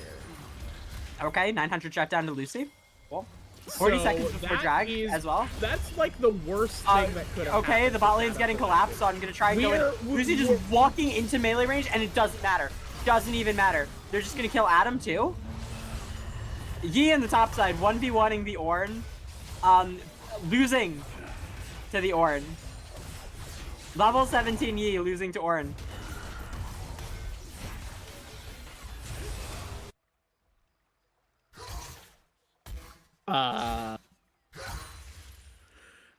Unfortunately, in 7 seconds, we get Dragon Soul. Again, not Soul Point. Sorry. Not Soul. Soul Point. If Gunner... Okay, I was about to say, if Gunner walks in and steals this, I think I'm just giving it. I'm waiting to there's reach anything more that acceptance. can be said. I don't think I've reached acceptance yet. I don't think it's happened. I don't know if I've accepted that this is happening still. We have minions. Yeah, I guess that makes sense. We did there is an inhib down. 30 seconds on Baron.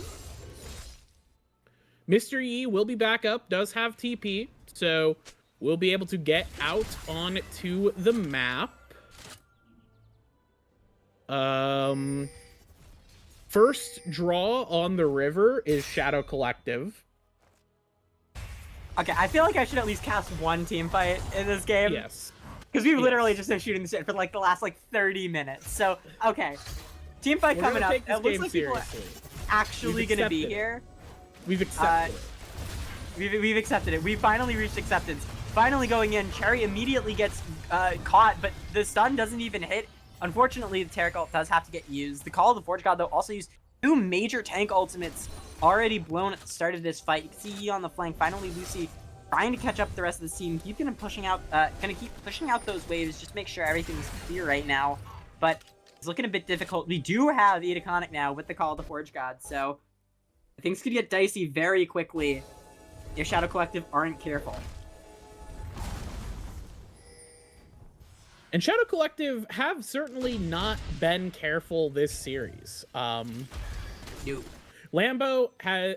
Obviously, Samira needs to play aggressive, needs to be in their faces, so this game, it kind of makes sense for Lambo to be pretty aggressive. We have the stolen Ornhorn. Where did it go? Did Lambo just eat it? Oh, yeah! Samira can do that! I forgot that that's like a mechanic. Oh, and now we have a second Ornhorn onto Cherry that does nothing. Ornn in onto everybody and immediately gets run down. Unfortunately, Citizen took the Q in and immediately got shredded there as the Baron gets picked up for Shadow Collective. Now Skibidi Skeleton's running for the hills. Unfortunately, 4 members strong means that there's probably not a ton of pushing to be happening, but, you know, could still go crazy. We'll see. Mr. Yi. It's looking rough. Looking rough. 2 minutes on the Drake. Baroned up, Shadow Collective. As we do have again, the Aesol has reached critical mass here. Lambo has reached critical mass. Oh my god. Oh my god, they're just gonna wait to jump him on the scuttle.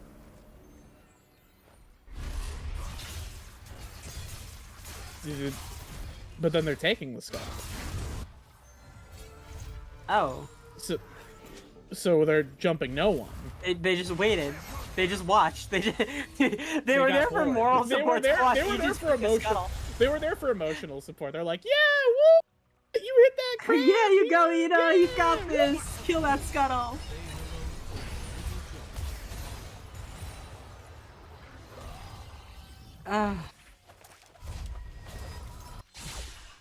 That's all I can say.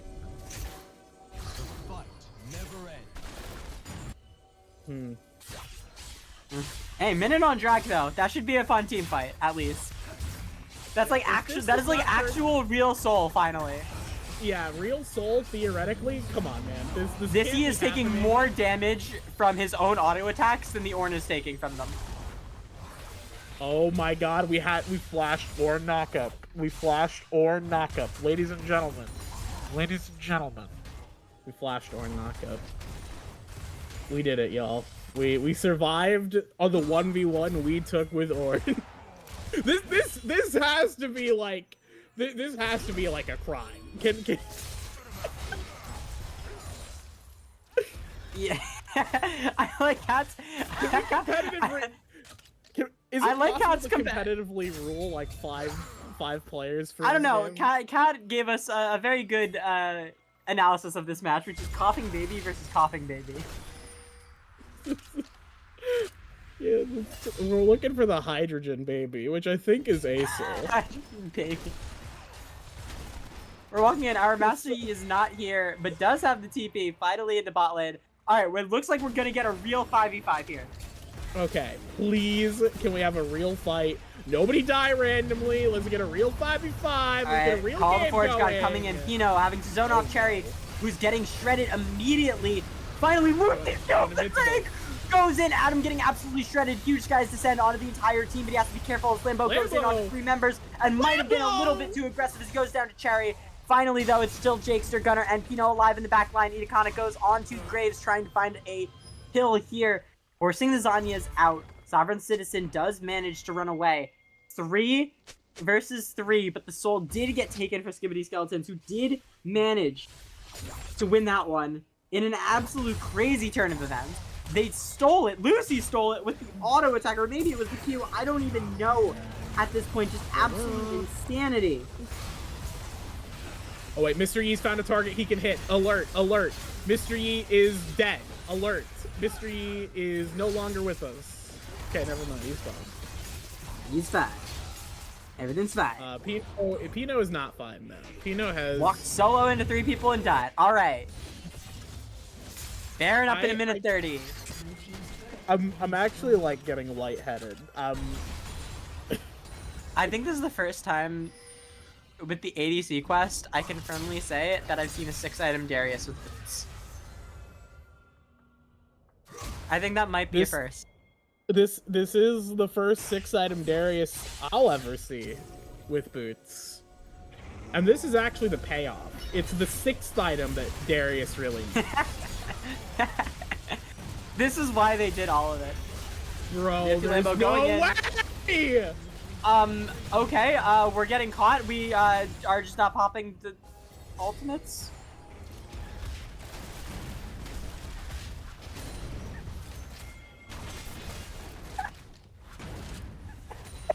This game has gone on for almost 40 minutes. Can we, like, turn on a Valorant game instead?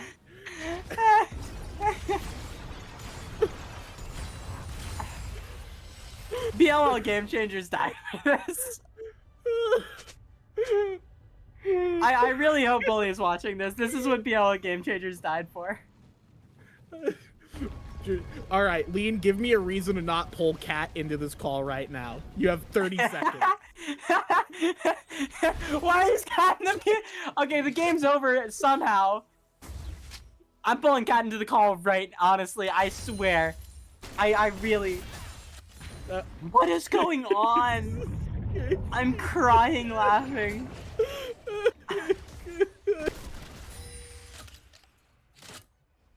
Mamma mia! If Cat's in here, that means I have to assume Skibidi Skeletons won somehow. No, Cat is not in this game, my friend. Cat is on a different team. Oh shit, right. I'm so dumb. I just see Cat and I'm just like, oh yeah, obviously. Oh my god, bro. Cat got the entire series over and done with. We're on game 4, 40 minutes in.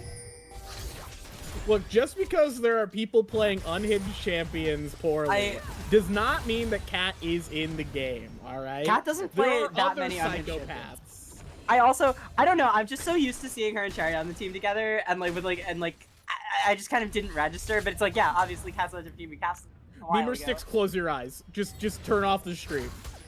Go back, whatever Cat, we you were weren't doing casting before, you. go back to it. If you think my brain is functional at this point, you're sorely mistaken.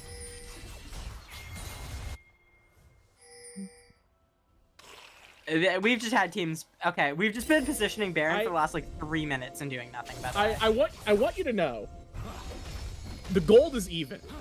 After 41 minutes of what can be We're almost dead charitably even. called League of Completely Legends. dead even. Like Gold within is 100. dead even. Okay, TP in for Pino into the pit. Finally, okay, we're getting a real 5-5 here. Cherry manages to pull in Gunner. Stuns him up as well. Call of the Forge God coming in. 2 big knockups coming through. Jakester trying to find damage onto anyone, but it's Lucy on the side flank. Able to get the damage and getting the first execute of the fight. Now onto the back line. Gunner goes down. Has to be careful. VFD Lambo trying to land the damage onto everybody, but it's not gonna matter as Cherry Inner executes. Pick up 4 members of Shadow Collective. It is only the Orin alive now, and Skibidi Skeletons, they want to end the game. They want it to be over and done with. This is the victory march. It's Pino against the world. Pat, what do you have to say? I'm free. The insane thing about that fight was that after all the grief I've given Lucy this series, Lucy was the reason they won that fight. The Lucian flank was the reason that fight was a success. I'm beside myself. I'm driving through begging through text somebody to explain this game to me. You know, Cal, what's your Becky, analysis? the beautiful part about that game is that the series is over. That is the most beautiful part about this game. Yeah, Lucy ended the game single-handedly. The GOAT, actually. Thank you, Lucy. Thank you, Lucy. I'm sorry that I was talking all that shit about you for 40 minutes. It Thank was you for actually the putting most us out of our crazy hater thing misery. ever. Yeah, and there's a bot now. And this is the kind of stream this is now. This is just awesome. We've been on so long that we have official stream promoting bots You in our don't- chat. Yes, you don't want dude. this, bot. You don't want to promote this. Yeah, bot. Are you sure you want to back this up, bot? Did you just watch what happened? This is AI bad. program? This is just. I was about to say this is just bad marketing right here. If you're trying to promote this. Like I know this league is pro AI considering the fucking teams in this league, but come This is on. true. So next game, I go against Shadow Collective, and as per the rules, Shadow Collective must be streamed every week. So thus, I will be on stream next week. No, you Shadow won't. Collective, I believe, has been streamed 5 times. Yeah, which means we aren't going to stream them. No, you fool! You're getting streamed if you make it to finals. We streamed you last week, didn't we? I wasn't there. I wasn't there. Well, that's not my fault. Yes, it is. Don't you know that it's always your fault, Becky? This is true. Becky is actually single-handedly responsible for that entire match. I'll accept that. Actually, I'm okay with that. I'll accept the blame for that. I'm trying to see brackets. Actually, hold on. Why are we not streamed every week? I'm gonna go berserk if we don't end soon.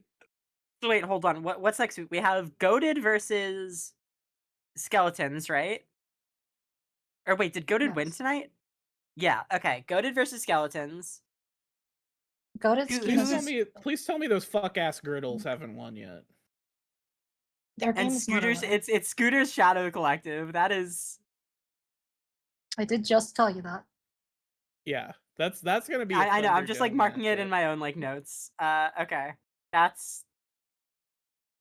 Okay, these were some games of League of Legends. I beg to differ. I'd like to officially apologize to anybody who tuned into that. We've investigated, and nobody in this game was negative gaming, all right? This was a normal Summoner's Rift experience. And we'll see you all next week for more Draft League. Any final comments? No, send me out. We might have Cat on stream next week. Cat, put me out. Please put God. me out of my misery. All right. Please God. I need to see Pino in action. Have a good night, guys. Bye, world. Please. Yes, please. Send us out, please. Get us out of here. Pull the fucking trigger. Kill me, please. I'm sorry for yelling. Sorry? Yeah, we're good. Thank you, And Furious. Let's go. Let's go. Goodbye, everyone. FF.